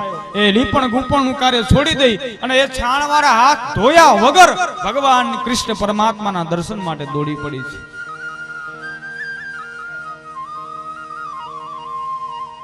એક ગોપી પોતાના નાના બાળકને પાન કરાવી રહી છે, પોતાના બાળકને રમાડી રહી છે, લાડ કરે છે. બરોબર તે જ સમયે ભગવાન કૃષ્ણ પરમાત્માની વાંસળીના સૂર આ ગોપીને સંભળાણા તો પોતાના બાળકને પડતો મૂકી અને ભગવાન કૃષ્ણ પરમાત્માના દર્શન માટે એ વાંસળીના સૂર તરફ દોટ મૂકી છે ગોપીએ. એક ગોપી ઘરે બેસી અને શૃંગાર સજી રહી છે, અરીસાની સામે બેઠી છે, આભૂષણો પહેરે છે, શણગાર સજે છે ને બરોબર તે જ સમયે ભગવાન કૃષ્ણ પરમાત્માની વાંસળીને સંભળાણી. એ ગોપી ભાન ભૂલી છે. આંખમાં કાજળ આંજવાના બદલે આંખમાં કંકુનું આંજન કરી અને કાજળ છે આખા મોઢામાં લીંપણ કરી કાજળ લગાવી, જે ગળામાં પહેરવાનો હાર હોય એ હાથમાં પહેરી અને ભગવાન કૃષ્ણ પરમાત્માના દર્શન માટે દોડી છે આજ ગોપી. એક ગોપી ગાયને દોવાનું કાર્ય કરે છે, ગાય દોઈ રહી છે અને કનૈયાની વાંસળી સાંભળી એ ગાયને દોવાનું છોડી અને ભગવાન કૃષ્ણના દર્શન માટે કનૈયાની તરફ દોડી પડી છે. કેટલી આતુરતા છે આ ગોપીઓમાં. એક ગોપી પોતાના પતિને જમાડી રહી છે, પતિ જમી રહ્યો છે, એ ગોપી બાજુમાં બેઠા બેઠા પંખાથી હવા નાખે છે અને એ જ સમયે કનૈયાની વાંસળીના સૂર સાંભળ્યા તો એના પતિને પણ પડતો મૂકી અને કનૈયા પાસે દોડી પડી છે. એક ગોપી ઘરે રસોઈ બનાવે છે, શાક બનાવ્યું, રોટલી બનાવી, દાળ બનાવી, ભાત બનાવ્યા અને અંતે એક ગોપી લાપસી બનાવવા માટે બેઠી છે. ગોપીએ લાપસી બનાવી છે, ઘી નાખ્યું, લાપસીમાં જે જે સાધન જોઈએ, જે લોટ આદિ બધું નાખ્યું, લાપસી તૈયાર કરી, લાપસી બનાવી લીધી. લાપસી બની ગઈ અને બનીને જ્યાં લાપસીને ચૂલા ઉપરથી ઉતારવા જાય ત્યાં જ કનૈયાની વાંસળીના સૂર સંભળાણા. એ લાપસીને ચૂલા ઉપરથી ઉતાર્યા વગર કનૈયાના દર્શન માટે નીકળી પડી છે. કોઈ ગોપીએ દૂધ ગરમ કરવા માટે મૂક્યું છે ચૂલા ઉપર તો દૂધને એમને એમ રહેવા દઈ અને ભગવાન કૃષ્ણ પરમાત્માના દર્શન કરવા માટે નીકળી પડી છે. કોઈ એની સાસુની સેવા કરે છે, કોઈ ઘરનું કંઈક ને કંઈક કાર્ય કરે છે, પણ એ કાર્ય કેટલું પણ કિંમતી કેમ ન હોય એ કાર્યને છોડી દઈ અને કનૈયાના દર્શન માટે જે જગ્યાએ ભગવાન કૃષ્ણ પરમાત્મા વૃંદાવનમાં બેઠા બેઠા વાંસળી વગાડે છે તે જગ્યાએ બધી જ ગોપીઓ આવી પહોંચી છે. ભગવાન કૃષ્ણની આંખો બંધ છે અને મીઠી મીઠી મધુર મધુર ભગવાન વાંસળી વગાડી રહ્યા છે.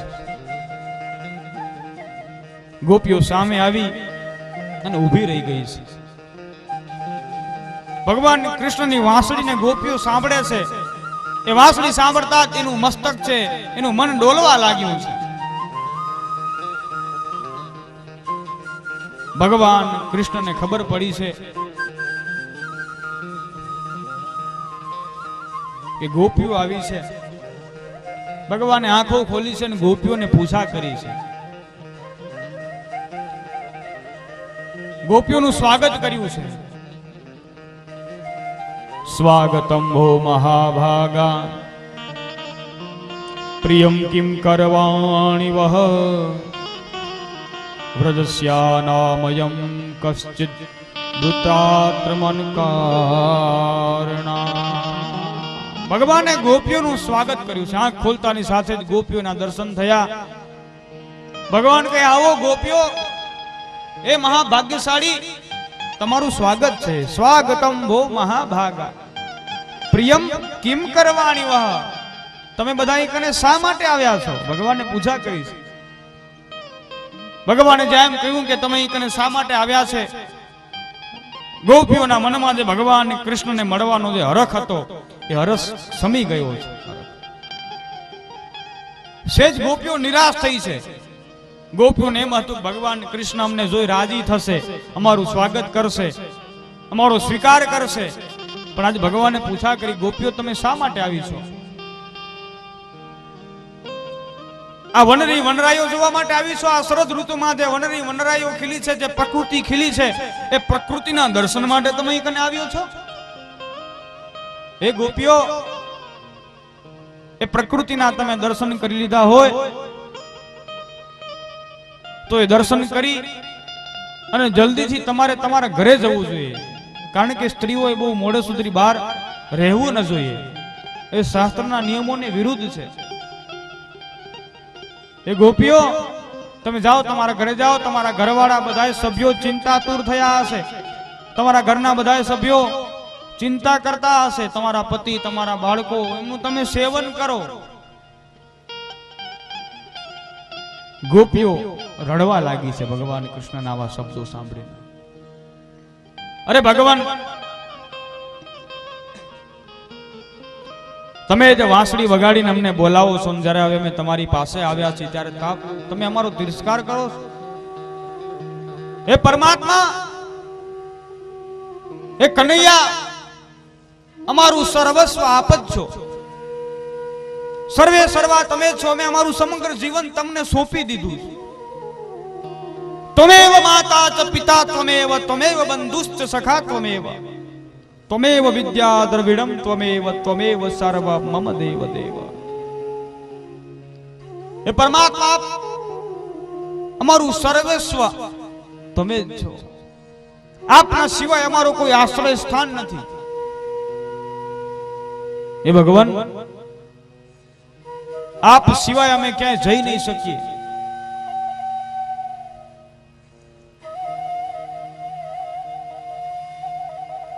હે પ્રભુ, આપ અમારો ત્યાગ ન કરો. અમે આપના શરણે આવ્યા છીએ, અમારો સ્વીકાર કરો. હે ભગવાન, અમે આપની પાસે ઘણી બધી આશાઓ રાખીને આવ્યા છે. ઘણી બધી આશાઓ રાખી અમે આપના શરણે આવ્યા છે. અમે તો સાંભળ્યું છે ભગવાન બહુ દયાળુ છે, પરમાત્મા બહુ દયાળુ છે. એની પાસેથી જે કોઈ માનવી આશા લઈને આવે, કોઈ ખાલી હાથે જતો નથી. તો ભગવાન, અમને આપ કેમ ખાલી હાથે પાછા વાળો છો?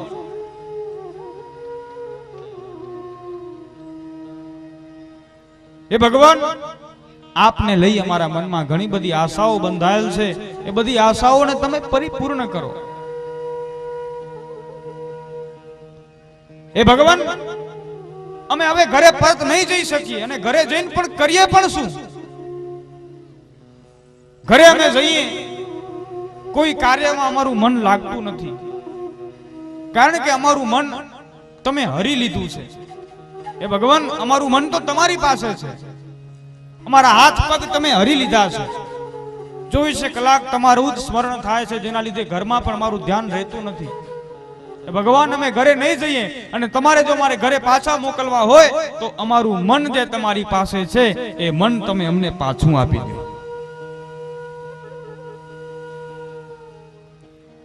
ખૂબ વિનંતી કરી છે, ખૂબ ભગવાનને પ્રાર્થના કરી છે.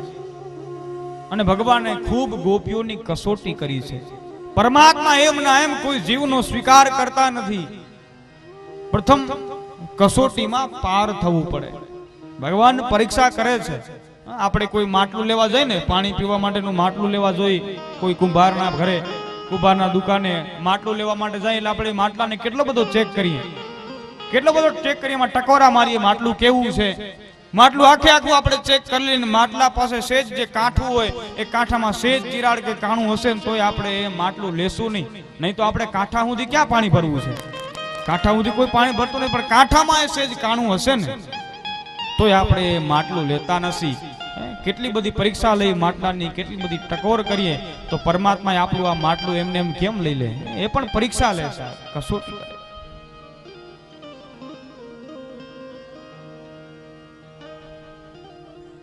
અંતે ગોપીઓનો ભાવ જાણી ભગવાન કૃષ્ણ પરમાત્માએ ગોપીઓનો સ્વીકાર કર્યો છે. અને પરમ દેવ્ય એવી રાસલીલાનું ભગવાન કૃષ્ણ પરમાત્માએ આરંભન કર્યું છે. ભગવાને અનેક સ્વરૂપો લીધા છે. જેટલી ગોપીઓ છે એટલા જ ભગવાન કૃષ્ણએ સ્વરૂપો લીધા છે. આ રાસલીલા એક બંધ વારણે નથી થઈ. ભગવાને જેટલી જેટલી લીલા કરીને દરેકે દરેક લીલા જાહેરમાં કરી છે. કારણ કે આ કોઈ સામાન્ય સ્ત્રી પુરુષની લીલા નથી, પણ આ તો જીવ અને શિવની લીલા છે. આ પરમાત્માની લીલા છે.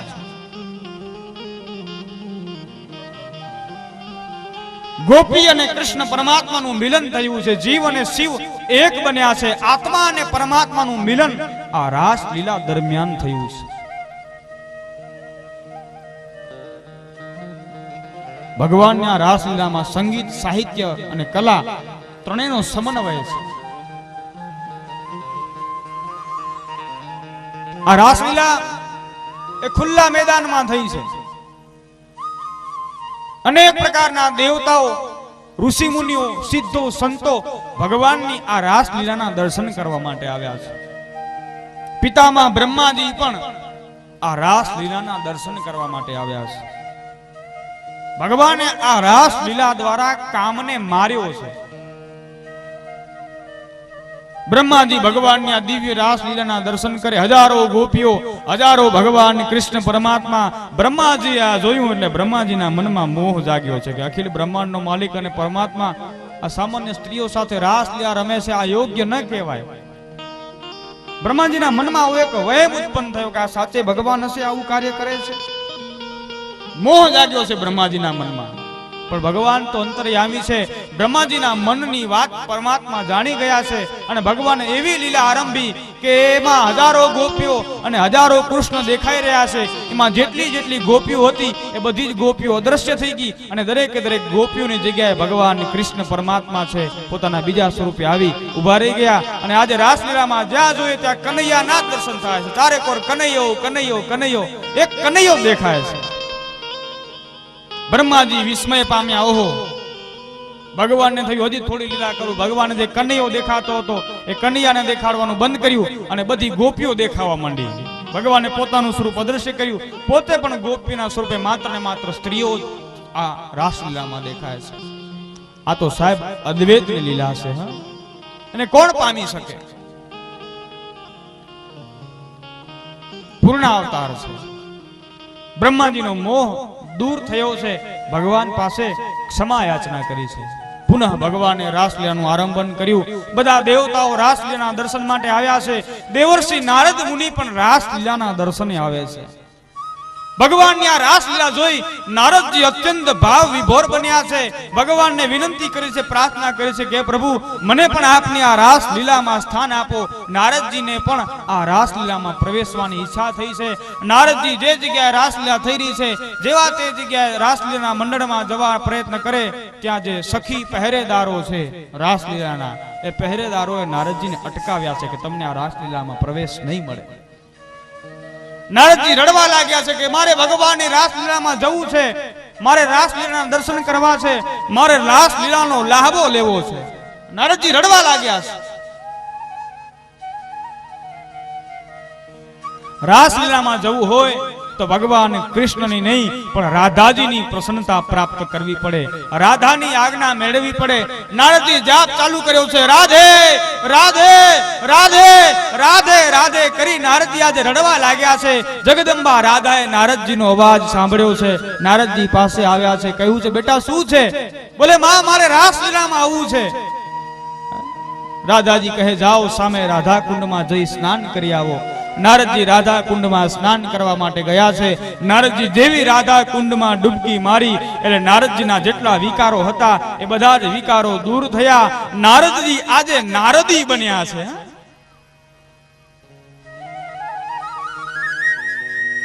પોતાનામાં જે અહંકાર ભાવ હતો, અભિમાન હતું, હું જ્ઞાની છું, ભગવાનનો ભક્ત છું, આવો સેજ સૂક્ષ્મ અભિમાન હતો, એ અભિમાન દૂર થયો છે. જેનો ગર્વ ટળે એને ભગવાનની રાસલીલામાં પ્રવેશ મળે છે. નારદજી ભગવાનની રાસલીલામાં પ્રવેશ મેળવ્યો છે અને આનંદ ઉત્સાહ સહ નારદજી પણ ભગવાન કૃષ્ણ સાથે રાસ રમ્યા છે.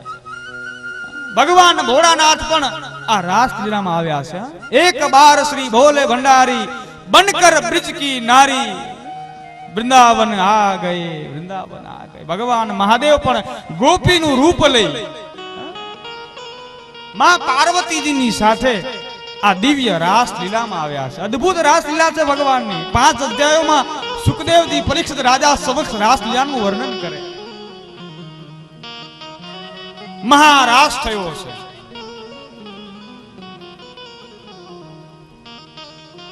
પરમ અદ્વૈતમાં બધા આજે ભળી ગયા છે. આખું જગત કૃષ્ણમય થયું છે. અદ્ભુત ભગવાને રાસલીલા કરી છે. ગોપીઓને ખૂબ આનંદ આપ્યો છે. એક એક ગોપી, એક એક કનૈયો, એક એક ગોપી, એક એક કનૈયો. ગોપીઓ બધી બહુ રાજી થઈ છે કે આહા, કનૈયો અમારી સાથે રાસ રમે છે. એક રાસ પૂરો થયો, બધાએ થાક્યા છે. ગોપીઓ બધી થાકી એટલે ભગવાન કૃષ્ણ એ ગોપીઓની સેવા કરવા લાગ્યા છે. શરીર ઉપર પરસેવો વળ્યો છે. ભગવાન પોતાના ઉપવસ્ત્ર વડે એ પરસેવા અને પ્રસેદ બિંદુઓને લૂછી રહ્યા છે. ભગવાન કૃષ્ણ કોઈ ગોપીને હવા નાખી રહ્યા છે, પંખો નાખી રહ્યા છે. કોઈના રાસલીલા દ્વારા ચરણ દુખવા લાગ્યા છે, પગ દુખવા લાગ્યા છે, તો ભગવાન કૃષ્ણ પોતે ગોપીઓના પગ દબાવવા લાગ્યા છે. કેટલી અદ્ભુત લીલા છે ભગવાનની. ભગવાન કૃષ્ણ ગોપીઓના પગ દબાવે, તે જ સમયે ગોપીઓના મનમાં સેજ અભિમાન આવ્યો છે. ઓહો, અખિલ બ્રહ્માંડનો માલિક આજ મારા પગ દબાવે છે, ભગવાન કૃષ્ણ મારા ચરણ દબાવે છે. જેવો ગોપીઓના મનમાં અભિમાન આવ્યું, ઘમંડ આવ્યો, એટલે ભગવાન કૃષ્ણ તુરત જ ગોપીઓની વચ્ચેથી અદ્રશ્ય થઈ ગયા છે.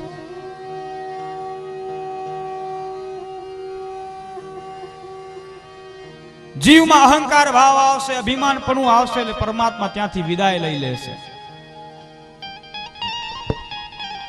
અભિમાનીપણું ભગવાનને પરમાત્માને પ્રિય નથી, ગમતું નથી. ભક્તિના માર્ગ ઉપર કે અધ્યાત્મના માર્ગ ઉપર સફળતા મેળવી હોય એટલે પ્રથમ અહંકારનો ત્યાગ કરવો જોઈએ. જ્યાં હું છે ત્યાં પરમાત્મા આવતા નથી. ગોપીઓમાં અભિમાન આવ્યું, પરમાત્મા ત્યાંથી વિદાય થઈ ગયા. ગોપીઓ પરમાત્માના વિરહથી વ્યાકુળ બની છે. ચારેકોર શોધવા લાગી, હે કૃષ્ણ, હે કૃષ્ણ, અમારા પરમાત્મા અમને છોડીને ચાલી ગયા. ગોપીઓ જોર જોરથી રડવા લાગી છે કૃષ્ણના વિરહમાં. ચારેકોર દ્રષ્ટિપાત કરે, ચારેકોર નજર નાખે છે, અમારા કૃષ્ણ ક્યાં ચાલ્યા ગયા? હમણાં તો અમારી સાથે રાસ રમતા હતા. અમારો કનૈયો અમને છોડીને ક્યાં ચાલ્યો ગયો?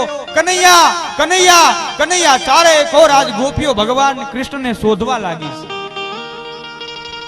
સામે કોઈ ઝાડ મળે તો ઝાડને પૂછા કરે કે હે ઝાડવાઓ, હે વૃક્ષો, તમે ક્યાંય અમારા કનૈયાને જોયો?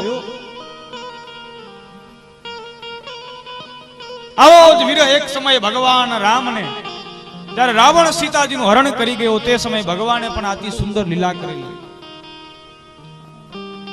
ગોપીઓ અભિમાન રહિત છે, અહંકાર રહિત છે, પણ ભગવાન કૃષ્ણની પ્રેરણાથી જ એમના મનમાં અભિમાન આવ્યો અને ભગવાન રામની પ્રેરણાથી જ કદાચ રાવણ સીતાજીનું હરણ કરી ગયો છે. એ પણ એક લીલા જ હતી ભગવાનની. જેવો ભગવાન રામનો સીતાજી પ્રત્યેનો વિરહ છે એવો જ આજે ગોપીઓનો. કારણ કે એક એક ગોપી સાહેબ અંતે તો ભગવતી સીતાનું જ સ્વરૂપ છે ને, ભક્તિનું જ સ્વરૂપ છે ને.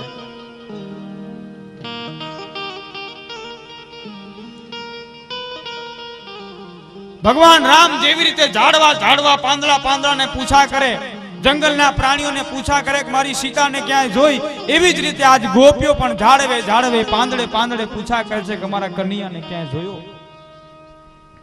હે ખગ, હે મૃગ, હે મધુકર શ્રેણી, તુમ્હે દેખી કહી સીતા મૃગ નહીં.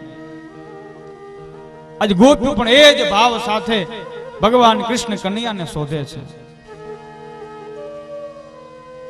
કે નંદ પુત્ર અમારા મનને ચોરી અને ક્યાંક નાસી ગયા છે. અમારું મનડું હરી અને કનૈયો ક્યાંક ચાલ્યો ગયો છે. કનૈયો ક્યાં ગયો? હે વડલાઓ, હે વડની વડવાઈઓ, તમે ક્યાંય અમારા કનૈયાને જોયો? હે લીમડા, હે પીપળા, હે આસોપાલો, તમે ક્યાંય અમારા કનૈયાને જોયો? અમારા કૃષ્ણને ક્યાંય જોયો? હે ચંપાના પુષ્પો, હે માલતીના પુષ્પો, તમારી સુગંધથી પ્રેરાઈ અને કનૈયો ક્યાંક તમારી પાસે તો નથી આવ્યો ને? હે મૃગલીઓ, હરણમાં મૃગલા, જંગલમાં જે મૃગલાઓ ચરી રહ્યા છે, મૃગલાઓને ગોપીઓ પૂછા કરે, હે મૃગલીઓ, તમારી પાસેથી કેસર ચંદનની સુગંધ આવે છે. આવું જ કેસર ચંદન કૃષ્ણ પરમાત્માએ પોતાના લલાટ પટલમાં લગાવેલું છે. ક્યાંક કનૈયાને તમે લોકોએ તો છુપાવી નથી રાખ્યો ને? વીરા ઘેલી બની છે આજ ગોપીઓ, રડી રહી છે. ઝાડવે પોતાના માથા પછાડી અને કનૈયાને પોકારી રહી છે, કનૈયા, એ કનૈયા, કનૈયા, તારા વગર અમે નહીં જીવી શકીએ, તારા વગર અમે મારા દેહનો, મારા પ્રાણનો ત્યાગ કરીશું. હે માં ધરતી, તે ક્યાં અમારા કનૈયાને જોયો? એ ધરતી માતા, તમે બહુ ખુશ લાગો છો, કારણ કે કનૈયો તમારા સ્તન મંડળ ઉપર ચરણ મૂકી અને પોતાની વિવિધ પ્રકારની લીલાઓ કરે છે. જરૂર તમને ખબર હશે અમારો કનૈયો ક્યાં ગયો. હે ધરતી માતા, તમે કહો, અમારો કનૈયો ક્યાં ગયો? અમારો વાલીડો ક્યાં ગયો? ગોપીઓ આજ કૃષ્ણના વિરહમાં પાગલ બની છે, પોતે કૃષ્ણમય બની છે. કેટલો અદ્ભુત પ્રેમ છે પરમાત્મા પ્રત્યેનો. દરેકે દરેક ગોપીના મનમાં કૃષ્ણ ભાવ જાગ્યો છે. એક એક ગોપી પોતાની જાતને કૃષ્ણ સમજવા લાગી છે. એટલું બધું ભગવાન કૃષ્ણનું સ્મરણ થયું. ભગવાનના વીરના કારણે દરેક દરેક ગોપી કૃષ્ણમય બની છે. ગોપી કહે છે કે હું કૃષ્ણ છું. ભગવાન કૃષ્ણએ જે જે લીલાઓ કરી એ પ્રકારે ગોપીઓ ત્યાં કને લીલાઓની ચેષ્ટા કરવા લાગી છે.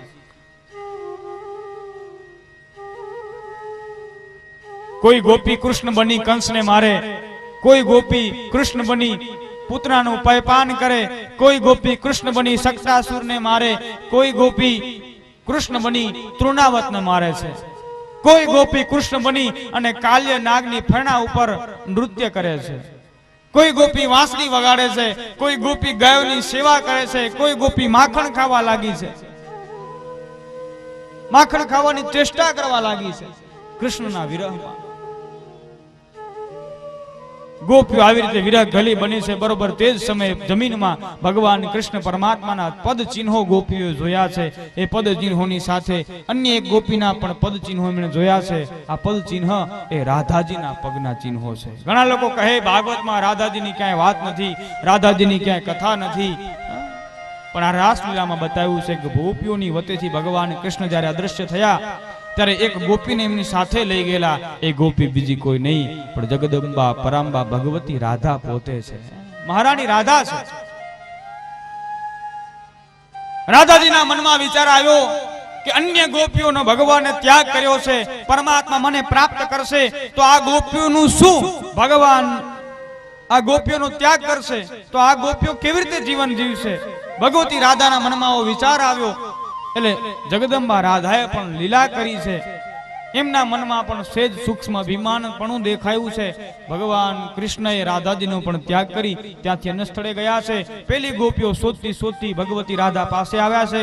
રાધાજીનું મિલન થયું છે અને બધી જ ગોપીઓ સાથે મળી ભગવાન કૃષ્ણ પરમાત્માને બોલાવા લાગી છે.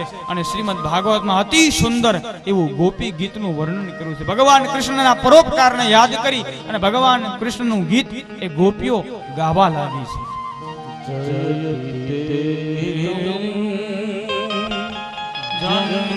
જન્મનાવ્રત શ્રયત ઇન્દિરા સસ્વદત્તરી દયિત દ્રશ્યતા દીક્ષુતાવકા સ્વયંદુતાસ સદવિચિન્વતે સદુદાસએ સાધુજાસ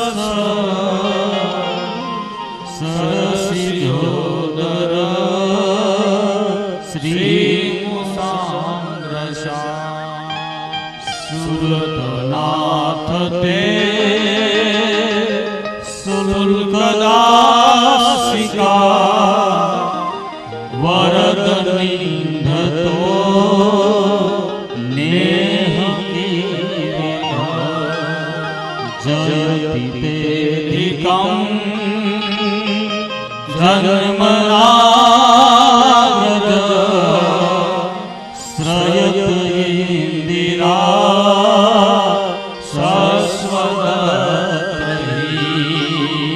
ગોપીઓ ભગવાનને બોલાવી છે. હે કૃષ્ણ પરમાત્મા, તમારો જય હો, તમારો જય હો.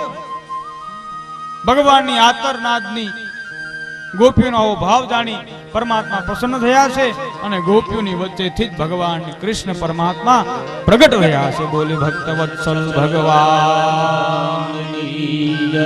ગોપીઓ ભગવાનને બહાર શોધી રહી હતી, ચારેક ઓર શોધી રહી હતી ગોપીઓ, પણ ભગવાન કૃષ્ણ તો ગોપીઓની વચ્ચે જ છુપાયેલા હતા. આ કથા મને તમને કહે છે કે ભગવાનને ક્યાંય બારે શોધવાની જરૂર નથી, પણ પરમાત્મા તો તમારા પોતાના હૃદયમાં જ બિરાજમાન છે, ભીતર છે. ગોતી લેજે, ભીતર છે, બીજે ક્યાંય બહાર નથી. પરમાત્મા છે ને એ આપણી અંદર જ રહેલા છે. પરમાત્મા છે,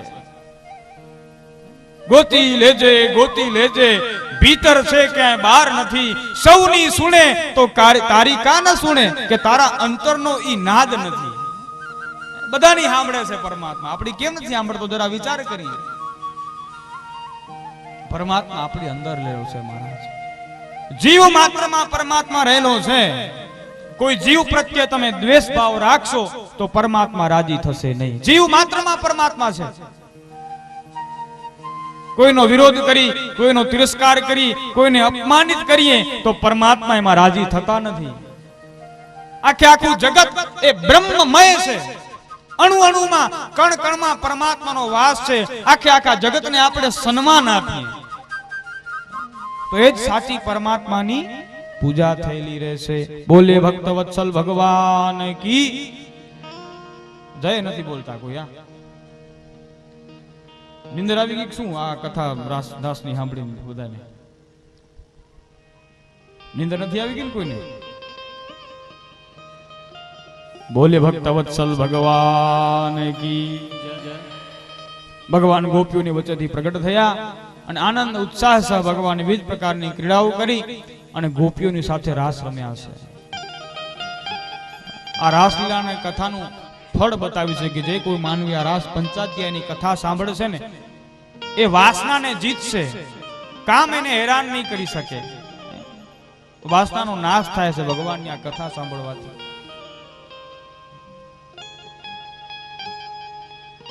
ક્યારેક ક્યારેક ભાગવતજી પણ ઘરે વાંચવું જોઈએ. હા, ખાલી 7 દિવસ બીજી ક્યાંય ભગવાનની કથા હોય ને આપણે ત્યાં કને કથા સાંભળવા જઈએ પછી કથા કથન જગ્યાએ રહેવા દઈને આપણે આપણા ઘરે જતા રહીનો મતલબ નથી. ગૃહસ્થનો ધર્મ છે આ બધું. આપણા ઉપર છે ને ઘણા બધા ઋણો રહેલા છે. દેવ ઋણ, ઋષિ ઋણ, પિતૃ ઋણ. આ બધા ઋણોમાંથી આપણે મુક્ત થવાનું છે. જો દેવ ઋણમાંથી મુક્ત થવું હોય ને તો દરરોજ સવારે વહેલા ઉઠી દેવતાઓની પૂજા કરવી જોઈએ. કારણ કે દેવતાઓ ડગલે ને પગલે આપણું પાલન પોષણ કરે, આપણું રક્ષણ કરે. દેવતાઓનું ઘણું બધું ઋણ છે આપણા ઉપર. હવા છે એ પણ દેવ છે, વાયુ દેવતા, અગ્નિ દેવતા, જલ દેવતા. વિચાર કરો, મને તમને જળ ન મળે, પાણી ન મળે તો આપણી શું હાલત થાય? આપણને વાયુ ન મળે, ઓક્સિજન ન મળે તો આપણે કેવી રીતે જીવી શકીએ? અગ્નિ વગર આપણે કેવી રીતે જીવી શકીએ? દેવો ડગલે ને પગલે મારું તમારું રક્ષણ કરે છે, આપણું પાલન પોષણ કરે છે. તો દેવોના ઋણમાંથી મુક્ત થવા માટે થઈ દેવતાઓની પૂજા કરવી જોઈએ. આપણા ઉપર આપણા પિતૃઓના ઘણા બધા ઋણો રહેલા છે. જેમણે મને તમને કંઈક ઓળખ આપી, કંઈક પહેચાન આપી, તો પિતૃઓના ઋણમાંથી મુક્ત થવા માટે થઈને તર્પણ આદિ કર્મો છે, કર્મો કરવા જોઈએ.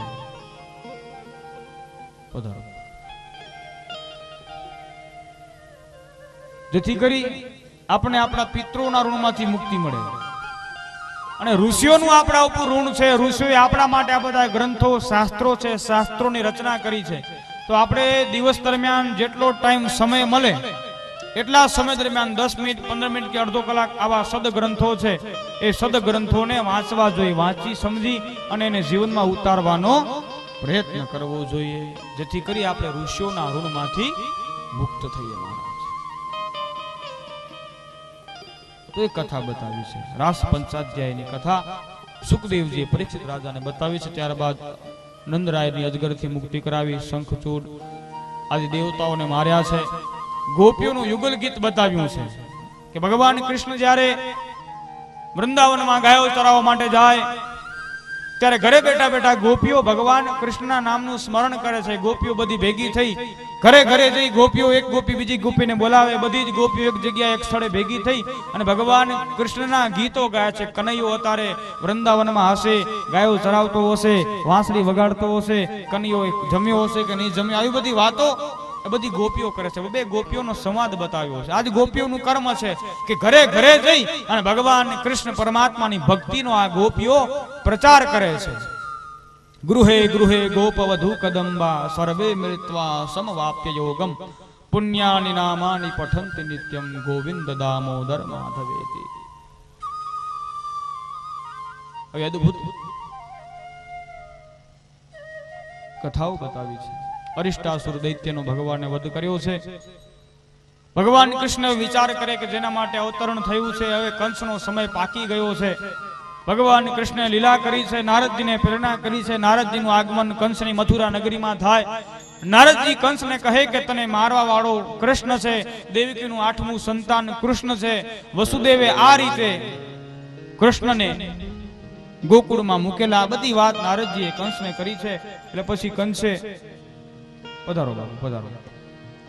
સામખિયાળી સંધ્યાગીરી બાપુનો આશ્રમ, ત્યાંથી પરમ આદરણીય પૂજ્ય ભગવતગીરી બાપુ તથા પૂજ્ય ગિરીશગીરી બાપુ આપણી વચ્ચે પધાર્યા છે. બંને સંતોનું સ્વાગત. પધારો. ભજો મન ગોવિંદા ભજો મન ગોપાલ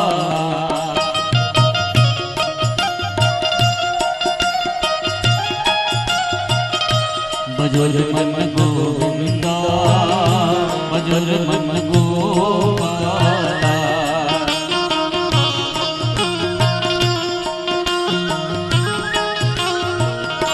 ભજો મન ગિરધારી ગિરધારી ગિરધારી ગિરધારી ભજો મન ગોવિંદા ભજો મન ગોપાલ ભજો મન ગોપાલ.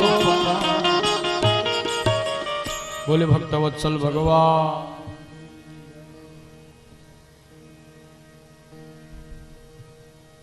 કંસે હવે ભગવાન કૃષ્ણને મારવાની વિવિધ યોજનાઓ ઘડી છે. ધનુર્યજ્ઞનું આયોજન કર્યું છે.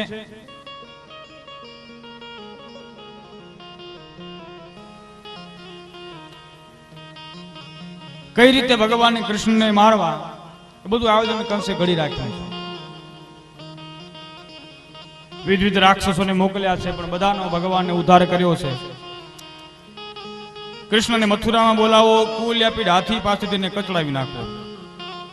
અત્યંત શક્તિશાળી હાથી છે, 10,000 હાથીઓ જેટલી શક્તિ આ એક કંસના કુલ્યાપીડ નામના હાથીમાં છે. એ હાથી દ્વારા કૃષ્ણને મરાવી નાખશું. કદાચ એમાં જો બચી જાય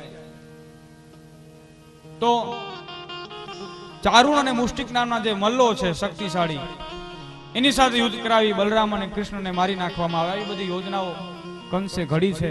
અને અક્રૂરજીને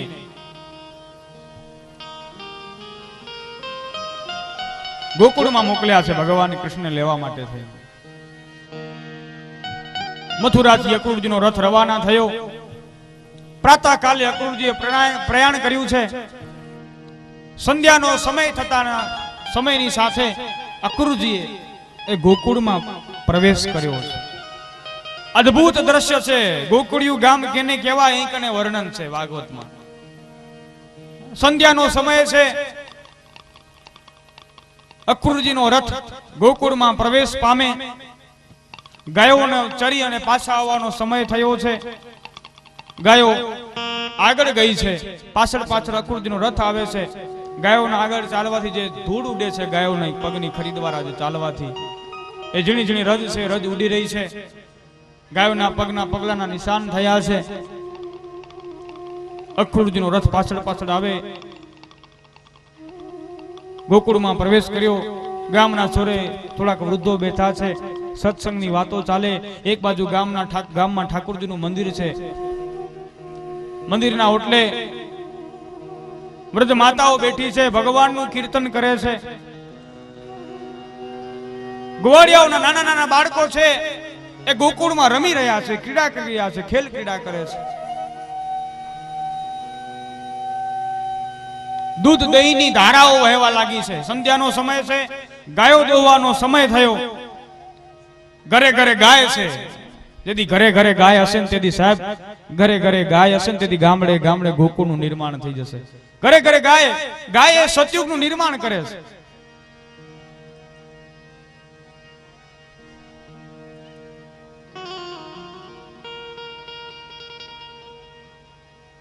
સુખી ગાયો